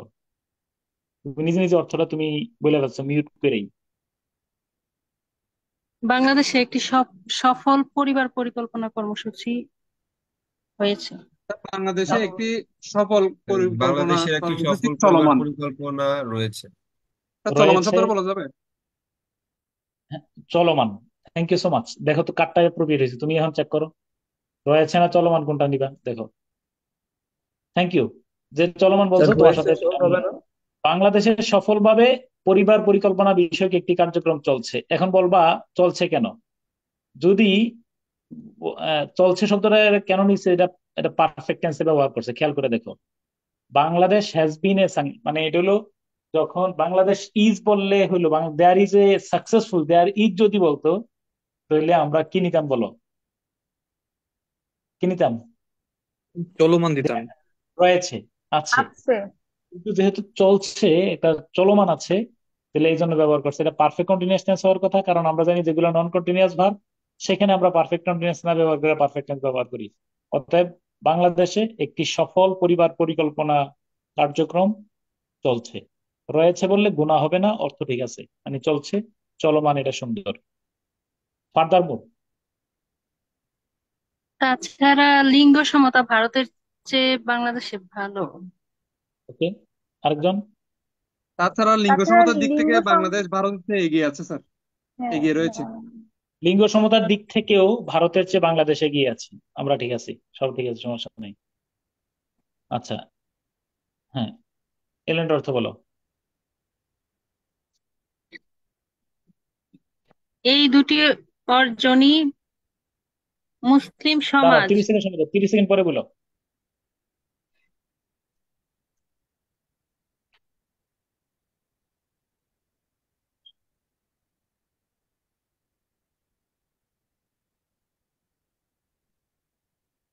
ওকে, ডান, বলো। এই দুটি অর্জনই মুসলিম সমাজ ও নারীর ঐতিহ্যগত চিত্রের বিপরীত। আহ, হ্যাঁ, ওকে, ফাইন, ভালো করছো। বোথ দিজ অ্যাচিভমেন্টস, আর আরেকজন বলো।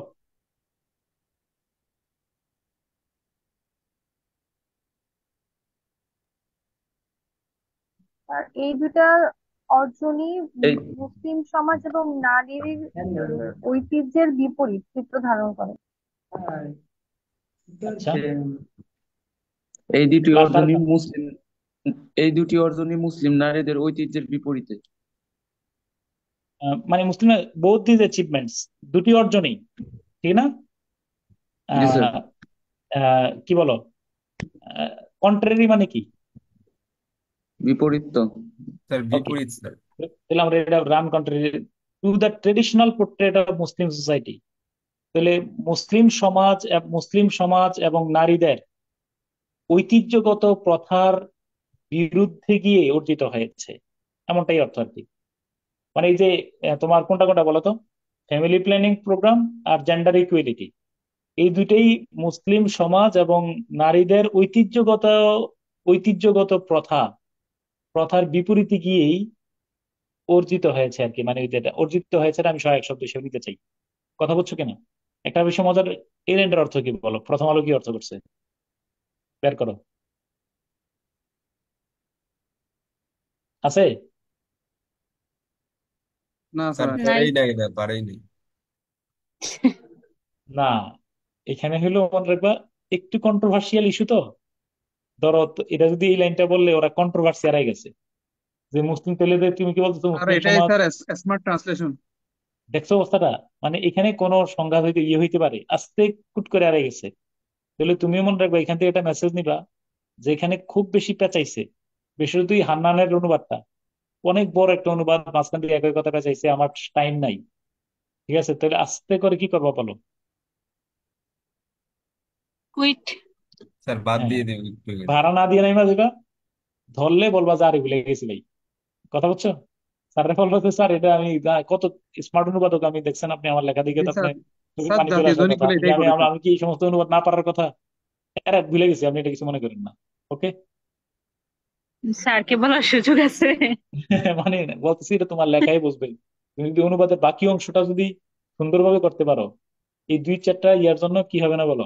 আমি বলছি মনে রাখবা, পরীক্ষার খাতার মধ্যে ওই তুমি ওভারঅল ভালো করছো, 2-একটা ত্রুটি বড় রকমের মেজর ত্রুটি হিসেবে গণ্য হবে না। ক্লাসের যে ফার্স্ট বয়, ওটা তো আমরা ভালো স্টুডেন্ট বলি, কিন্তু সে হয়তো খেলা পারে না, সে হয়তো নাচ করতে পারে না, তার কণ্ঠ নাই, সুর দিয়ে গান গাইতে পারে না, তারপরে আমরা তাকে কিন্তু ভালো বলি। মনে রাখবো যখন আমরা ওভারঅল অনুবাদটা ভালো করতে পারছো, ওভারঅল লেখাগুলো তোমার ভালো হচ্ছে, 2-একটা স্কিপ করে গেলে এটাতে স্যার মাইন্ড করবে না। এটাই মানবিক প্রবৃত্তি। ডান। তারপরে in 1970s I use to visit, 70-এর দশকে আমি নিয়মিত বাংলাদেশে যেতাম। এবার দেখি, এবার কার কটুক দৌড় আছে বোঝা যাবে। দেখি দৌড়, এখন তো পালাইবা অনেকে, ঘুম এখন ঘুম চলে আসবে, দেখি পারলেই বাক্যের অর্থ করো। দা ওয়ার, দেখি একজন পড়া শোনা আগে। এই এই এই কয়েকটা বাক্য আছে এখানে, ঝামেলা The আছে। war between the Pakistan army and the Mukti Bahini destroyed most of the bridges and sank most of the ferries in that riverine country. এটা সহজ আছে, সমস্যা নেই। এটা 1 মিনিট চিন্তা করার সময় দিলাম, কোনো ইয়া ওয়া ছাড়া অর্থটা বলবা মুখে মুখে।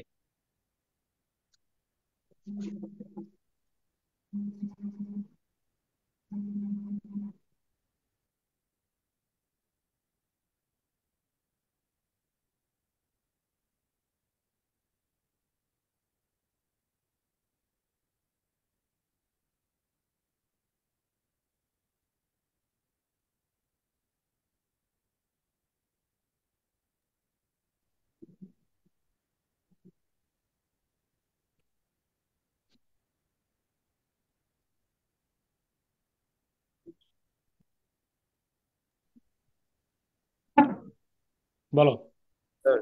পাকিস্তান আর্মি এবং মুক্তি দাঁড়াও দাঁড়াও, বাহিনীর তুমি বলার আগে আমি চিন্তা করতে হবে তো কোন জায়গা থেকে অর্থ করতেছো। আমি একটু, হ্যাঁ বলো, হ্যাঁ বলো, হ্যাঁ। পাকিস্তান পাকিস্তানি সেনাবাহিনী এবং মুক্তি বাহিনীর যুদ্ধে বেশিরভাগ মানে ব্রিজ। ব্রিজ ধ্বংস হয়েছে এবং বেশিরভাগ ফেরি ডুবে গেছে। ওকে, তার আরেকজন নদীমাতৃক বলো। দেশটিতে নদীমাতৃক স্যার, দেশটিতে হুম, নদীমাতৃক দেশটিতে পাকিস্তান সেনাবাহিনী এবং মুক্তি বাহিনীর মধ্যে যুদ্ধে বেশিরভাগ সেতু ধ্বংসপ্রাপ্ত হয়েছে এবং আহ, অনেক মানে বেশিরভাগ ফেরি ডুবে গিয়েছে। ঠিক আছে। আর লাস্ট স্যার আরেকজন। আমি বলি, পাকিস্তান পাকিস্তানি সেনাবাহিনী এবং পাকিস্তানি সেনাবাহিনী এবং মুক্তি বাহিনীর মধ্যকার যুদ্ধে অধিকাংশ সেতু ধ্বংস হয়ে গিয়েছিল এবং নদীমাতৃক দেশের অনেক ফেরি ডুবে গিয়েছিল। আচ্ছা, ওকে, হ্যাঁ। পাকিস্তান সেনাবাহিনী এবং মুক্তিবাহিনীর মধ্যে যুদ্ধে বেশিরভাগ সেতু ধ্বংস হয়ে যায় এবং নদীমাতৃক দেশের বেশিরভাগ ফেরি ডুবে যায়। এবার আমি আমি বলি, তারপরে তোমাদের সাথে শেয়ার করবো। আমি বলতে চাচ্ছি এরকম, তাহলে প্রথম অংশটা ইউ আর ওকে, যে পাকিস্তান সেনাবাহিনী এবং মুক্তি বাহিনীর মধ্যকার যুদ্ধে, অর্থাৎ মুক্তি বাহিনীর যুদ্ধে, ঠিক আছে। আমি শেষে চলে যাই। নদীমাতৃক দেশটির, এই যে এটা শেষে আমি আনলে বেটার হয়। নদীমাতৃক দেশটিতে 2টা ঘটনা ঘটছে। 1 নম্বর হলো নদীমাতৃক দেশটির অধিকাংশ সেতু ধ্বংস হয়ে যায় এবং অধিকাংশ ফেরি অধিকাংশ ফেরিও ডুবে যায়। এরকম অর্থ হচ্ছে আর কি, মানে নদীমাতৃকটারে আমি ওই যে নদীমাতৃকটারে আগে আনতে চাই। এই নদীমাতৃক দেশটাতে 2টা স্যার ঘটনা ঘটছে, ঘটনাটাই অধিকাংশ। রাখতে চাচ্ছেন। আমার কথা স্যার ঠিক আছে এটাই কিনা? হ্যাঁ। জি স্যার। এবার দেখি আমাদের চেয়ে আমরা আমরা অর্থটা করলাম এরকম, পাকিস্তান সেনাবাহিনী এবং মুক্তি বাহিনীর যুদ্ধে মধ্যকার যুদ্ধে নদীমাতৃক এই দেশটির অধিকাংশ সেতু ধ্বংস হয়ে যায় এবং অধিকাংশ ফেরিও কি বলো ডুবে ডুবিয়ে দেওয়া হয় স্যার বা এই ডুবে যায়, বাহিনী মানে শব্দটা ডুবিয়ে অ্যাভয়েড দেওয়া হয়। করা যায়? হুম। স্যার মুক্তিবাহিনী শব্দটা অ্যাভয়েড করে বলা যায়? কেন না, কেন? যুদ্ধ তো মুক্তিবাহিনী দুই স্পষ্ট প্রপার্টি দেওয়া আছে, অ্যাভয়েড তাহলে করা স্যার উচিত হবে না। যুদ্ধটা কার মধ্যে হয়েছে? ও আচ্ছা আচ্ছা আচ্ছা। হ্যাঁ, ওকে ওকে, এটা আমি আবার বললাম, আমি দেশটা শব্দটা হলো মূল ভার্ব, মূল ভার্বের আগে থেকে আমি অনুবাদ করছি। এবার চলো তো স্যার দেখি এটা আমাদের সাথে। প্যাসিভে অ্যাক্টিভ না করে স্যার প্যাসিভে করলে কেমন হয়, যে বীজ ধ্বংস করে দেওয়া হয় এবং ফেরি ডুবিয়ে দেওয়া হয়, এমন হ্যাঁ, করলে প্যাসিভে। অ্যাবসলিউটলি অ্যাবসলিউটলি করা হয়, সুন্দরই হয়, খারাপ না। বেসিক্যালি দেখি চলো, এবার দেখি আমাদের সাথে 70-এর দশকে আমি নিয়মিত পাকিস্তানি সেনাবাহিনী দ্বারা, ঠিক আছে, অর্থ পাকিস্তান সেনাবাহিনী এবং বাংলাদেশের মুক্তিবাহিনীর, আচ্ছা বাংলাদেশের মুক্তিবাহিনীর একটু পর্যন্ত ঠিক আছে, রক্তক্ষয়ী যুদ্ধের সময়, রক্তক্ষয়ী শব্দটা তাহলে আলাদা আনছে তাই না? খেয়াল করে দেখো, রক্তক্ষয়ী ছিল না, নাই স্যার। ঠিক আছে কিনা? রক্তক্ষয়ী আলাদা আনা হয়েছে। রক্তক্ষয়ী যুদ্ধের সময় নদীমাতৃক দেশটির শেষে, এই আমার কথা ঠিক আছে কিন্তু তোমাদের বলো, শেষে চলে গেছে। জি স্যার। নদীমাতৃক দেশটির অধিকাংশ সেতু ধ্বংস হয়ে গিয়েছিল। সুন্দর করছে অনুবাদ। দাড়ি দিছে কিনা খেয়াল করে দেখো, দাড়ি দিছে। জি স্যার। দিছে। ফেরির অর্থ করছে পারাপারে ব্যবহার্য বেশিরভাগ নৌযান, ফেরি শব্দের অর্থ করছে এটা। পারাপারে, দেখছো নি অবস্থাটা? পারাপারে ব্যবহার্য বেশিরভাগ নৌযান, অধিকাংশ নৌযানের অর্থ করছে এটা। দেখো, আমরা কিন্তু দুইবার অধিকাংশ ব্যবহার করছি, আর এখানে করছে অধিকাংশ সেতু ধ্বংস হয়ে গিয়েছিল। দাঁড়িয়ে দিয়েছে পারাপারে ব্যবহার্য বেশিরভাগ নৌযান ডুবিয়ে দেওয়া হয়েছিল। তুমি যে কে বলছিলে স্যার পেসিভ ভয়েস হইলো কিনা, পেসিভ ভয়েস অর্থটা করছে। আমি বলতেছি অনুবাদ একটা শিল্প। খেয়াল করে দেখো, আমরা অনুবাদ করছিলাম পাকিস্তানি সেনাবাহিনী এবং বাংলাদেশের মুক্তিবাহিনীর মধ্যকার যুদ্ধে। খেয়াল করো, মধ্যকার যুদ্ধে নাই, যুদ্ধে না দিয়ে দিছে রক্তক্ষয়ী যুদ্ধের সময়। এই সময়, ইন দা টাইম, সময় ইংলিশ নাই। আমার সাথে হেবা না বলো। নাই স্যার। এবং শেষে চলে গেছে নদীমাতৃক দেশটির। আমরা বলছিলাম নদীমাতৃক দেশটির অধিকাংশ সেতু ধ্বংস হয়ে গিয়েছিল এবং অধিকাংশ নৌ ফেরি ডুবিয়ে ডুবে গিয়েছিল বা ডুবিয়ে দেওয়া হয়েছিল। ওরা একই কাজটা করছে, নদীমাতৃক দেশটির অধিকাংশ সেতু ধ্বংস হয়ে গিয়েছিল, দাঁড়ি। এরপর অধিকাংশ ফেরি ডুবিয়ে দেওয়া হয়েছিল, এই কথাটারে আরেকটু আর্টিস্টিক ওয়েতে বলছে পারাপারে ব্যবহার্য বেশিরভাগ নৌযান ডুবিয়ে দেওয়া হয়েছিল। এক বাক্যের দুইটা অনুবাদে করে আরো একটু মানে স্মার্ট করা হয়েছে। তোমরা কি স্যার অনুবাদের এখানে যে স্যার একটা একটা একটা অ্যাক্টিভে করছে স্যার, আর একটা প্যাসিভে করছে। পেসিভে প্রথমটা করছে অ্যাক্টিভে। এবং আলাদা দুইটা বাক্য কর। আচ্ছা, তোমরা কি এখান থেকে একটা মেসেজ নেওয়ার চেষ্টা করতেছো নাকি অনুবাদ শিখতেছো? স্যার দুইটাই স্যার একটা করতেছি স্যার মেসেজ স্যার। মেসেজ পেয়েছি যে নেওয়ার যে চেষ্টা শব্দটার সরাসরি মেসেজ, এটা মানে কোনো ওই যে কাজে আসবে না, শ্রুতিমধুর জাস্ট তুমি শ্রুতিমধুরতা তোমার ছাড়াই যে তুমি বলবা যে, দাঁড়াও, আমরা অনুবাদে দুর্বলতা কোথায় তোমার আমি বলে রাখি। তোমার যে ত্রুটি, আমার যে ত্রুটি, আমি ত্রুটিটা বলি। দাঁড়াও দাঁড়াও, একটু একটু একটু একটু second, এইটাতে আসো। আমরা না, আমাদের যে সমস্যাটা খেয়াল করে দেখো, আমরা এই যে এখানে দেখো মুক্তিবাহিনী এবং এই যে রক্তক্ষয়ী শব্দ ব্যবহার করতে আমরা ভয় পাবো এখানে। যুদ্ধের সময়, ইংরেজদের সময় না এখানে ব্যবহার করব। এরপরে অধিকাংশ এই নদীমাতৃক দেশটির অধিকাংশ সেতু ধ্বংস হয়ে গিয়েছিল এবং এবং দাড়ি দিয়ে আমি নতুন বাক্য তৈরি করতে আমরা একটু ভয় পাই, একটু এই একটু জন্য প্রেসিস করতে সাবধান ভয় পাই। ঠিক আছে, okay. Law and order has had collapsed. আইন শৃঙ্খলা পরিস্থিতি পুরোপুরি ভেঙে পড়েছিল, কোনো সমস্যা নাই। আইন শৃঙ্খলা পরিস্থিতি একেবারে ভেঙে পড়েছিল, ডাইন। এরপরে বলো, এরপরে ইয়ং ফ্রিডম ফাইটার্স চ্যালেঞ্জড, দেখি তো পারলে অর্থ করো। Young freedom fighters challenge the authority of the state, এটা তো সহজ, বলো। তরুণ মুক্তিযোদ্ধারা রাষ্ট্রের ক্ষমতাসীনদের চ্যালেঞ্জ জানিয়েছিল। ওকে, আরো বলো কর্তৃপক্ষ বলা কয়েকজন যাবে স্যার, বেসিক। কর্তৃপক্ষ স্যার অথরিটি মানে কর্তৃপক্ষ, এটা জানি। বলো, বলতে থাকো, একজন একজন করে বলো আরো। তরুণ তরুণ মুক্তিযোদ্ধার মুক্তিযোদ্ধারা বিরুদ্ধে দাঁড়িয়েছিল। ওকে, তরুণ মুক্তিযোদ্ধারা রাষ্ট্রের শোষণের বিরুদ্ধে দাঁড়িয়েছিল। ফাইন, বলো। তরুণ মুক্তিযোদ্ধারা বিদ্রোহ ঘোষণা করেছিল, বিদ্রোহ ওকে, করেছিল। ওকে তরুণ মুক্তিযোদ্ধারা রাষ্ট্রযন্ত্রের বিরুদ্ধে দাঁড়িয়েছিল। Okay fine, thank you so much. শোষকদের বিরুদ্ধে দাঁড়িয়েছিল। আইন শৃঙ্খলা তরুণ মুক্তিযোদ্ধারা তাদের শোষক রাষ্ট্র ব্যবস্থার বিরুদ্ধে রুখে দাঁড়িয়েছিলেন। তরুণ তরুণ আবার বললাম, তরুণ মুক্তিযোদ্ধারা তাদের শোষক রাষ্ট্র ব্যবস্থার বিরুদ্ধে রুখে দাঁড়িয়েছিলেন। কই তরুণ, দেখো, তরুণ মুক্তিযোদ্ধারা অর্থ ঠিক আছে, তরুণ মুক্তিযোদ্ধারা স্টেট শব্দটা থেকে পেপার বানানো দিছে, এই জন্য তাদের শোষক রাষ্ট্র ব্যবস্থার বিরুদ্ধে, অথরিটি অফ দ্য স্টেটের অর্থ করছে তাদের শোষক রাষ্ট্র ব্যবস্থার বিরুদ্ধে। চ্যালেঞ্জ শব্দের অর্থ হলো রুখে দাঁড়িয়েছিলেন। একটা আঙ্গুরের রস আছে না একটু অনুবাদের মধ্যে, জি স্যার। সুন্দর করছে এটা। হ্যাঁ, তরুণ মুক্তিযোদ্ধারা তাদের শোষক রাষ্ট্র ব্যবস্থার বিরুদ্ধে রুখে দাঁড়িয়েছিলেন। দেখো কনটেক্সট অনুযায়ী অর্থ কিভাবে ইয়া করে। ওকে, এই লাইনটার অর্থ বলতে পারলে আমি টাইম নেবো, আমি টাইম দেই, আমি এখানে 2 মিনিট সময় দিলাম, লেখে করতে পারো, নো প্রবলেম। দেখি পারলে। The army was split between those who had been posted in Bengal when the war broke out and deserted to fight alongside the বাহিনী, মুক্তি বাহিনী আর কি, and those who were holed up hold up মানে আটকে পড়ছে, আটকে পড়া, ইন ওয়েস্ট পাকিস্তান। তুমি টাইম নাও, অর্থ করো। রাতে অনেকের ঘুম ধরছে আমি জানি, ঘুমাই গেলে তো গেলাই। স্যার এই বাক্যে অনেকগুলো রিলেটিভ প্রমাণ বের করছে। বলো বলো, এই লাইনটার অর্থ বলো।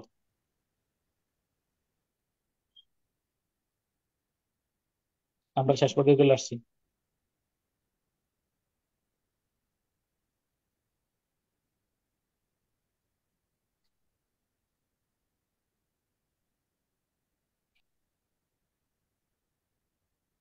সেনাবাহিনী কার্যত দুটি ভাগে বিভক্ত হয়ে গিয়েছিল।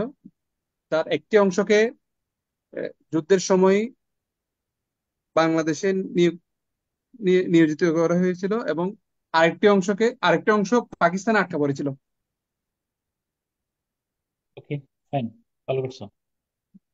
সময় নাও আরো 2 একজন।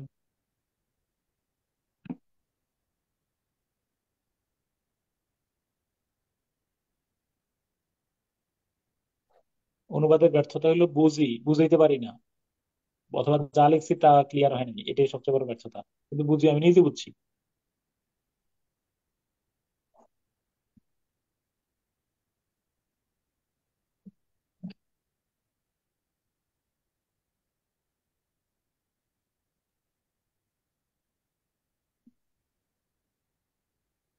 তা সেনাবাহিনীরা মূলত দুই ভাগে বিভক্ত হয়ে পড়েছিল।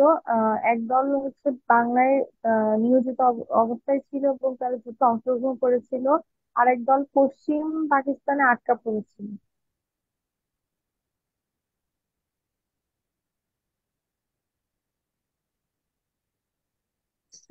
সেনাবাহিনী 2 ভাগে বিভক্ত হয়েছিল। এর মধ্যে সেনা সদস্যদের যারা পূর্ব পাকিস্তানে ছিলেন তারা মুক্তিবাহিনীর সাথে যোগ দেয় এবং লাস্টেটা স্যার বলতে পারতেছি না। আরেকটি অংশ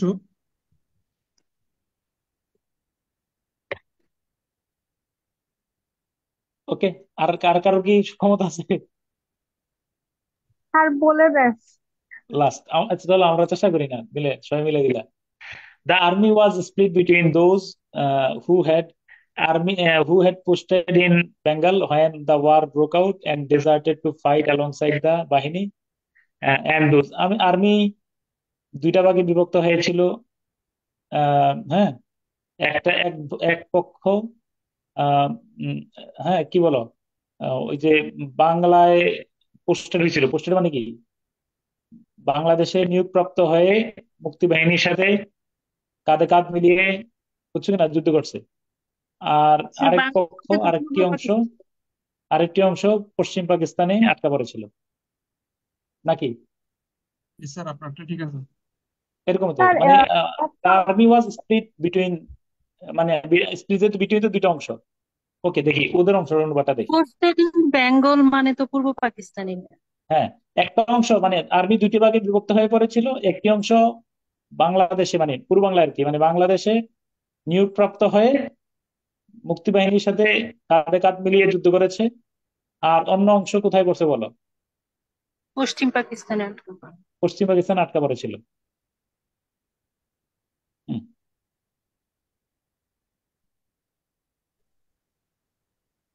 ওদের অর্থ বলো। সেনা সদস্যদের মধ্যে যারা পূর্ব পাকিস্তানে ছিলেন তারা মুক্তিবাহিনীর সঙ্গে যোগ দেন এবং যারা পশ্চিম পাকিস্তানে ছিলেন তারা সেখানে আটকা পড়েন। আর আমরা চিন্তা করি, আমরা অনুবাদ করছিলাম যে সেনাবাহিনী দুই ভাগে বিভক্ত হয়ে পড়েছিল। যারা পূর্ব পাকিস্তানে ছিলেন আহ, তারা কিনা মুক্তিবাহিনীর না সঙ্গে যোগ একটি অংশ মানে বাংলাদেশে থেকে বাংলাদেশে নিয়োগপ্রাপ্ত হয়ে কি তোমার মুক্তিবাহিনীর সাথে কাঁধে কাঁধ মিলে যুদ্ধ করেছিল, আর একটি অংশ পাকিস্তান আটকে পড়ছে। অর্থ কিন্তু হয়েছে, ঠিক আছে, সমস্যা নেই, কিন্তু দেখো ওরা এত পেঁচানোতে যায় নাই। দেখো আস্তে স্কিপ করে মূল ভাবটা নিয়ে আসে। সেনা সদস্যদের মধ্যে যারা পূর্ব পাকিস্তানে ছিল, আগে বলো সেনাবাহিনী দুই ভাগে বিভক্ত হয়ে গেছিল, এর অর্থ নাই আছে? নাই। না তাহলে স্যার। এটা বলা ছাড়াই এই অর্থ নিয়ে আসছেন যে সেনা সদস্যদের মধ্যে যারা পূর্ব পাকিস্তানে ছিলেন তারা মুক্তিবাহিনীর সঙ্গে যোগ দেন।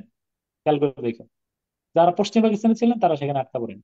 কি দেখো, এগুলো কিন্তু মানে শিল্প এবং হাতের কাজ। মানে ওরা চৌকস অনুবাদক তো। আর নইলে কি এরকম আমাদের মতো যদি অখাদ্য অনুবাদ করে দেয়, যেটা অনুবাদ করে নিজেই পড়তে পারি না, না নিজেই বুঝতে পারি না, বলুন স্যার। তাহলে কি স্যার চলবে? এক্সাম হলো তো ইনস্ট্যান্ট, স্যার এক্সাম হলো তো ইনস্ট্যান্ট, এটা আসার কথা না। হ্যাঁ হ্যাঁ। মাথায় স্যার এক্সাম হলো তো মাথায় ইনস্ট্যান্ট, এটা আসার কথা না। না না, এটা আমি বলে রাখি, আসবে না কখনোই, জীবনেও আসবে না। তুমি যদি এরকম কম্পারেটিভ স্টাডি না করো, এক্ষেত্রে তুমি যদি ভালো অনুবাদক করা, তার অনুবাদের কলা কৌশলের সাথে নিজের অনুবাদ কম্প্রোমাইজ না করো, কম্পেয়ার না করো, তাহলে এরকম সল্লি বললি অনুবাদ, যে অনুবাদ পড়া মোবাইল নাম্বার লিখে দিতে হবে যে স্যার না বুঝলে আমার ফোন দিয়ে, আমি আবার বুঝে দেবো। বুঝছো বিষয়টা? আমাদের অনুবাদ অনেক ক্ষেত্রে স্যার এরকম হয়। স্যার আমরা যদি স্যার পরীক্ষার ফলে এরকম অনেক কিছু বাদ দিয়ে জাস্ট মূল পাঠটা দেখি, তাহলে কি স্যার সেক্ষেত্রে আমাদেরকে নাম্বার কেমন দিবে বা আমি নাম্বার আবার বললাম, কাটার মনে সুযোগ রাখবা কেমন? এটা সব ক্ষেত্রে দরকার নাই তো, আমরা তো সব জায়গায় কাজ করতেছি না।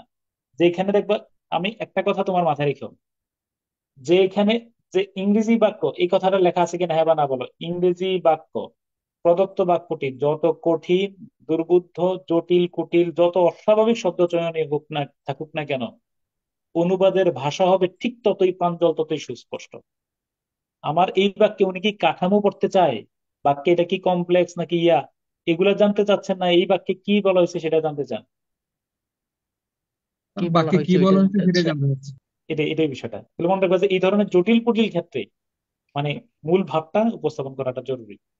তাহলে আমি আর স্যার আমরা তো দীর্ঘায়িত করবো না, আমি এই শিক্ষা দিয়ে জিনিসটা রাখবো আর স্যার কি। লাস্ট এই জিনিসটা আরেকটা স্যার বাক্য। আমরা মানে আইডেন্টিফাই করতে পারি না যে স্যার কোনটা বাদ দিব আর কোনটা ধরবো। স্যার শোনো, এইটাই তো আগে সমস্যা। বলো প্র্যাকটিস করছি কয়টা? স্যার এই যে কয়েকটা মাত্র, আজকেই তো এই মানে দুইটা করতেছি।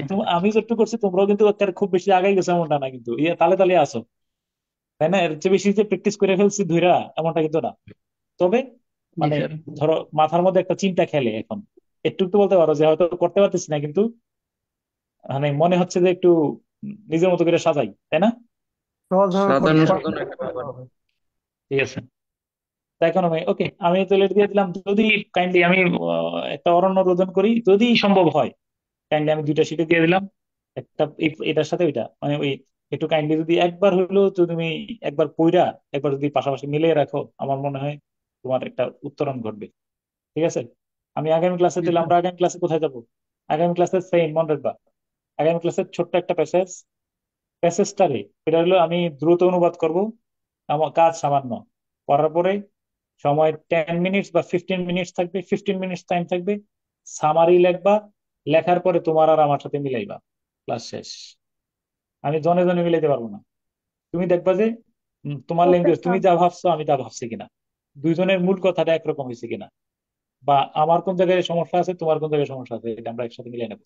ডান, আগামী রবিবারে। এই শীটগুলো স্যার ওকে, একটু পিডিএফ দিয়ে দিলে জি ভালো হয় স্যার, স্যার গ্রুপে। আসসালামু দিয়ে আলাইকুম। দিতেছি।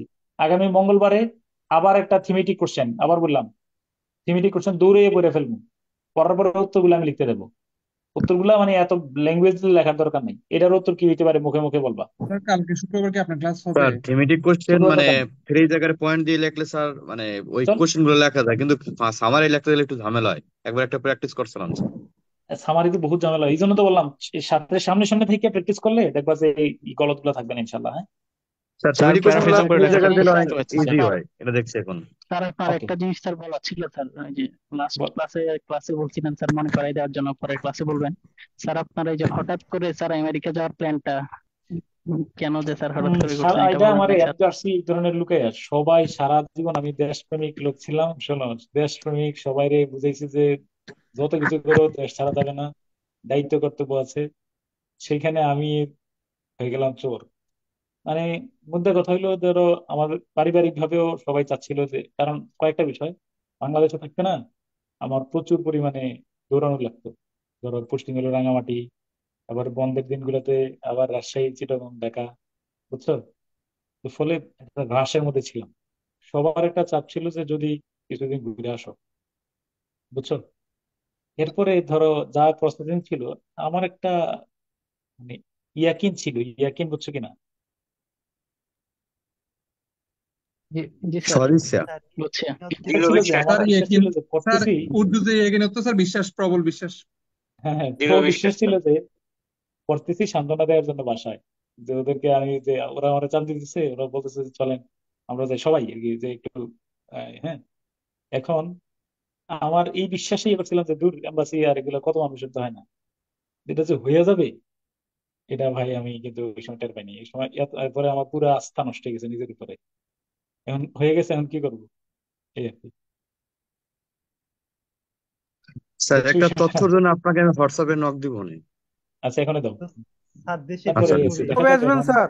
এখন স্যার এখানে দেশে আসার পরে যে ইয়াটা হয়েছে, শোনো, স্যার একটা দাঁড়াও একটু বলে রাখি, এখানে স্যার আসার একটা পরে যে মত পরিবর্তন, আচ্ছা স্যার। শোনো, এইখানে তুমি এই জন্য বলছো যদি কখনো সুযোগ থাকে তুমি চেষ্টা করবা যে একটা এই যেমন ধরো শাকির, ওই যে বললাম না ওই যে শাকির আসছিল, শাকির কিন্তু তোমার স্কলারশিপ তো ফুল ফান্ডেড স্কলারশিপ, মানে উইথ স্টাইপেন্ড। আমরা ও কিন্তু অলমোস্ট 6,500 7,000 ডলার পাচ্ছে, হ্যাঁ।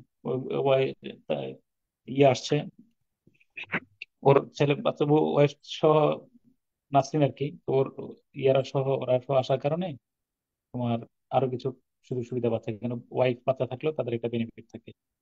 তো ইয়াটা হলো এই যে নবম গ্রেডের একটা চাকরি নিয়ে তুমি শিক্ষা ছুটিতে আসবা।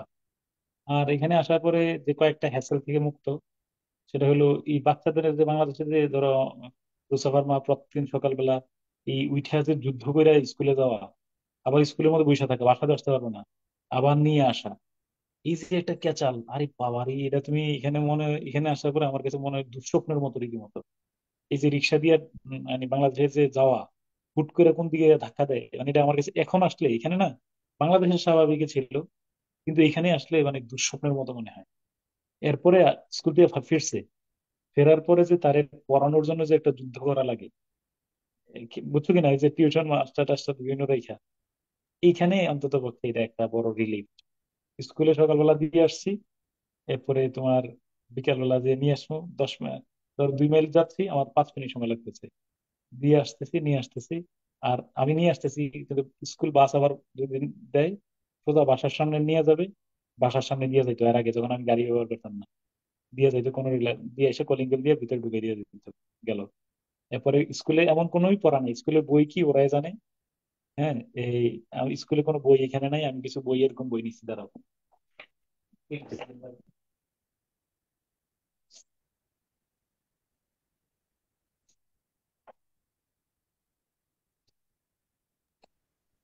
স্যার বাংলাদেশের নবম গ্রেড আর দশম গ্রেড চাকরি ব্রাহ্মণ আর শূদ্রের মতো পার্থক্য কেন?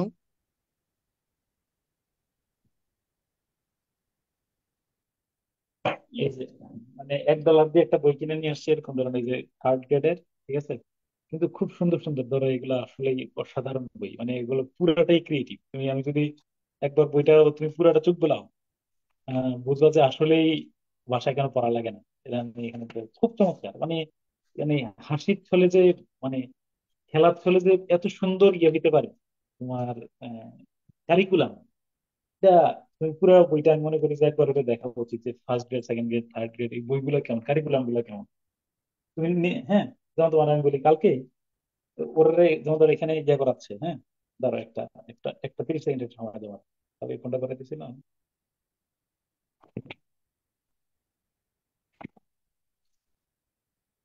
মানে এরকম আর কি। ধরো বলতে তোমার সামনে মোবাইল ফোন, মোবাইল ফোনটা নাও, এটা মাপো।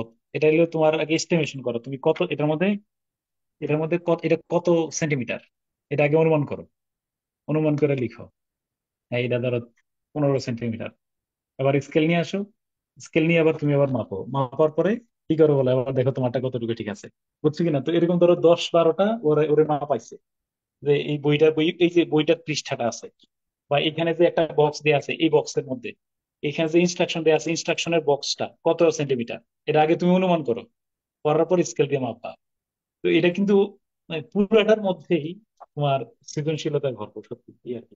তো যেটা বলতেছিলাম যে তোমার ওই ইয়া নাই, উম, মানে বাংলাদেশ যে সে ইয়ে করা হয়, ভাষা পড়ানোর এটার একটা হেডেক নাই। যে বা যে কোনো কেউ, তুমি দিয়ে স্কুলে দিয়ে চলে গেছো, আবার তুমি চাকরি টাকরি করে স্কুল থেকে চলে আসতেছো। আর একটা প্লাস পয়েন্ট হলো ওয়ার্কিং কোনো টাইম নাই বাস্তবিক অর্থে, তুমি তোমার সুবিধা মতো সময় মানে যে কোনো কাজ করতে পারবে। যদি মনে করো যে আমি রাত 4টা থেকে কাজ করবো সকাল 8টা পর্যন্ত, পসিবল।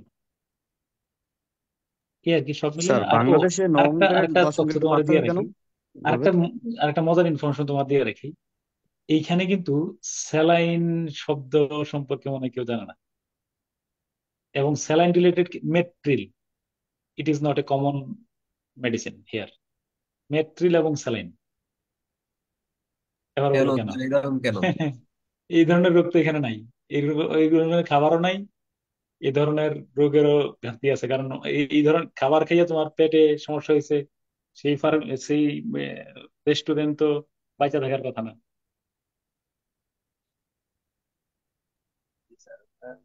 স্যার আপনাকে স্যার হোয়াটসঅ্যাপ চালু নক করলে চলে দিচ্ছিলাম যাবো স্যার, স্যার। একটু যদি করতেন। ঠিক আছে, তাহলে ইনশাল্লাহ আমি এটা ইয়ে করতেছি। ওকে, তোমার এখানে ফোন দিতে স্যার পারো আপনি কি যদি আর চাও। ফিরবেন স্যার স্যার দেশে? আর ফিরলে স্যার স্যার কবে একটা ফিরতে হ্যাঁ, পারেন? রিকোয়েস্ট করতাম আর কি। বলো। হ্যাঁ, স্যার জানুয়ারিতে স্যার দেখো, কখন ফিরতে পারেন? স্যার জানুয়ারিতে। স্যার হচ্ছে আপনি একদিন ক্লাসে হচ্ছে অনলাইন থেকে অনুবাদ প্র্যাকটিস করার একটা ট্রিক্স শিখাইছিলেন স্যার, ওটা যদি কাইন্ডলি আরেকবার একটু বলতেন। মানে পেপার থেকে বিভিন্ন মানে মানে নাম করা আগামী অনুবাদক কাজে ক্লাসটাই তুমি অনুবাদ দেখবে, করে। আগামী ক্লাসটাই আমি দেখবো প্রথম আলোর 8 নম্বর পৃষ্ঠায়, যেমন ধরো গতকালকের জন্য ডোনাল্ড ট্রাম্প নিয়ে, ডোনাল্ড ট্রাম্প, এই দেখবে প্রথম আলোর 8 নম্বর পৃষ্ঠায় মানে সম্পাদকীয়র নিচে শুক্রবার ছাড়া প্রতিদিন একটা অনুবাদ দেয়। ধরো গতকালকে প্রজেক্ট সিন্ডিকেটের থেকে অনুবাদটা দিছে, গতকালকে গতকালকে মানে কি, আজকে, আজকের স্যার প্রথম এটা আলোর। কি মানে প্রথম আলোর অনলাইন ওয়েবসাইটে পাওয়া যায় এগুলা? না, প্রথম আলোর নাকি অনলাইনে পাইবে না। তোমার কাছে যদি প্রথম আলো থাকে, প্রথম আলোর পেজ নম্বর 8, 8 নম্বর পৃষ্ঠা যাও। 8 নম্বর পৃষ্ঠা যেয়ে দেখো, ধরো আমি পৃষ্ঠা বের করতেছি। 8 নম্বর পৃষ্ঠায় নিচে কলামটা দেয়া আছে, দেখো এখানে ডোনাল্ড ট্রাম্প নিয়ে একটা নিউজ দেয়া আছে, দেখছো কিনা? কারো কাছে প্রথম আলো আছে? ট্রাম্প জিতলে মার্কিন অর্থনীতি বিরাট ধাক্কা খাবে। ধাক্কা খাবে, এইটা নিচে কিন্তু দেখে প্রজেক্ট সিন্ডিকেট থেকে। হ্যাঁ স্যার, খেয়াল প্রজেক্ট করছো প্রজেক্ট সিন্ডিকেট সিন্ডিকেট নিউজ থেকে নিছে থেকে না? হুম স্যার, হ্যাঁ। প্রজেক্ট তাহলে সিন্ডিকেট ওই যে নিউজ। উনার এই যে রাইটারের নামটা দেয়া আছে না, ওই রাইটারের নামটা হলো কি জোসেফ ই স্টিগলিটজ। এটা কোনো হ্যাঁ স্যার। ক্রমে লেখা কলাম ইন প্রজেক্ট সিন্ডিকেট। এটা যদি দাও, দিলেই তুমি মূল লেখাটা পাইয়া যাবে প্রজেক্ট সিন্ডিকেট থেকে। কিন্তু প্রজেক্ট সিন্ডিকেটের লেখা অনেক সময় টাকা দিয়ে কিনতে হয়, ফলে প্রজেক্ট সিন্ডিকেট ছাড়া অন্যগুলো ধরো Asia Times, Al Jazeera, CNN, এগুলো যেগুলো থেকে নেয় ওইগুলো আবার সহজে পাওয়া যায়। ফলে ওই সেম আমার এই যে তুমি আজকে যে আমি ক্লাসে শেয়ার করলাম হিন্দুস্তান টাইমস এর মধ্যে, খেয়াল করে দেখো এই লেখাটা মার্ক টালির লেখা, বিখ্যাত সাংবাদিক, উনি 1971 সালে বাংলাদেশে বেশ কয়েকবার আসছে। তো ওই মার্ক টালির লেখা হিন্দুস্তান টাইমসে ছাপা হয়েছে, এইটা প্রথম আলো অনুবাদ করে ছাপা হয়েছে এই 8 নম্বর পৃষ্ঠার নিচে। সেম এরকম আর কি বলতে বলছি। শুধু এটা না, প্রত্যেক ইত্তেফাক, সমকাল, প্রত্যেকটা পত্রিকাই এবার অনুবাদ করে। বিবিসি একটা প্রতিবেদন দিছিল, প্রতিবেদনটা কি বলো? ওই যে শেখ হাসিনা যখন পালাই গেছিল, শেখ হাসিনা যখন পালাই গেছিল তখন বিবিসির একটা প্রতিবেদন ছিল, কি সেটা বলো তো? ওই যে কিভাবে শেখ হাসিনা পালাই গেছিল, মনে আছে? দেখছিল এটা কেউ? হ্যাঁ স্যার, পড়ছিলাম কি স্যার। এটা হলো, শিরোনামটা হলো উম শিরোনামটা হলো শেখ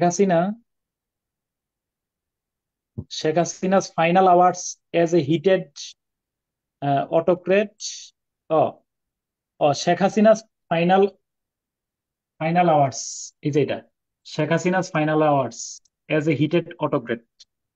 এইটার মধ্যে এইটার অনুবাদ আমাদের অনেক ভোরের কাগজ বা অন্যান্য অনেকগুলো পত্রিকা অনুবাদ, ওইটার অনুবাদটা ছাপছে।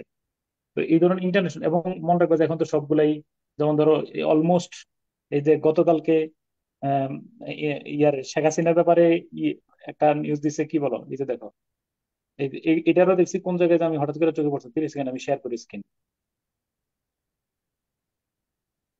স্ক্রিন শেয়ার করতেছি, দেখো। বাংলাদেশের ex prime minister should keep quiet until trial. কে বলছে বলো? ইউনুস, 2 ঘন্টা আগে নিউজ। এটা এটা বলছে স্যার, হ্যাঁ। হ্যাঁ হ্যাঁ হ্যাঁ। এই যে বাংলাদেশের ousted Prime Minister Sheikh Hasina should keep quiet while exiled in India until she is brought home for trial. Interim leader Mohammad Yunus told Indian media. এবং আচ্ছা, এগুলা তুমি কি রিডিং করে চলে যাবে না? আমরা যে সমস্যাটাই ভুগি, আমরা কিন্তু অর্থটা বলতে ধাক্কা খাচ্ছি বা ফ্লুয়েন্ট হচ্ছে না। লাইনটা পড়া তুমি মুখে মুখে একবার উচ্চারণ করে দেবে অর্থটা। এরপরে 76 বছর বয়সী শেখ হাসিনা হেলিকপ্টার হচ্ছে এক মাসখানেক আগে, ওই যে এখান দিয়ে শেষ হবে আর কি, প্লেজ এন্ড ডেমোক্রেটিক, এই যে শেষ দিয়ে, হ্যাঁ ঠিক আছে কিনা, এই বাক্যটা 2টা বাক্যে অনুবাদ করা যাবে। এই যে এটা স্যার এখন শেখ একটা হাসিনা। জাদুঘর হচ্ছে স্যার, শুনলাম স্যার। হ্যাঁ হ্যাঁ হ্যাঁ হ্যাঁ, গণভবন এখন নাকি স্যার জাদুঘর হবে। না না, গণভবনই হবে, থাকবে, সমস্যা কি, জাদুঘর কি হবে? ইন্টারিম জানেন না আমি, তারপরে ইন্টারিম গভর্নমেন্ট। ওকে, তো স্যার এগুলোর ঘোষণা উপর দিচ্ছে। ওইটার ওই যেগুলো অবস্থায় আমাদের স্যার মানে খ্যাতনামা গণভবনকে ওই পত্রিকাগুলোতে অবস্থাতেই। কিভাবে অনুবাদ করে সেগুলো আমরা ইয়ে করবো। তোমরা কি আমার মূল কথাটা বুঝছো তো? ঠিক আছে, তাহলে ইনশাল্লাহ নেক্সট ক্লাসে দেখা হচ্ছে ইনশাল্লাহ। আল্লাহ হাফিজ। জি স্যার, জি স্যার, থ্যাংক ইউ, জি স্যার। আসসালামু আলাইকুম। স্যার একটু হোয়াটসঅ্যাপ চেক দিবেন প্লিজ স্যার। ঠিক আছে, ইনশাল্লাহ দেখতেছি আমি, হ্যাঁ। স্যার আপনার আল্লাহ নেক্সট হাফিজ। ক্লাস কখন? রবিবার সামারি। Yes, আল্লাহ হাফিজ। আসসালামু আলাইকুম।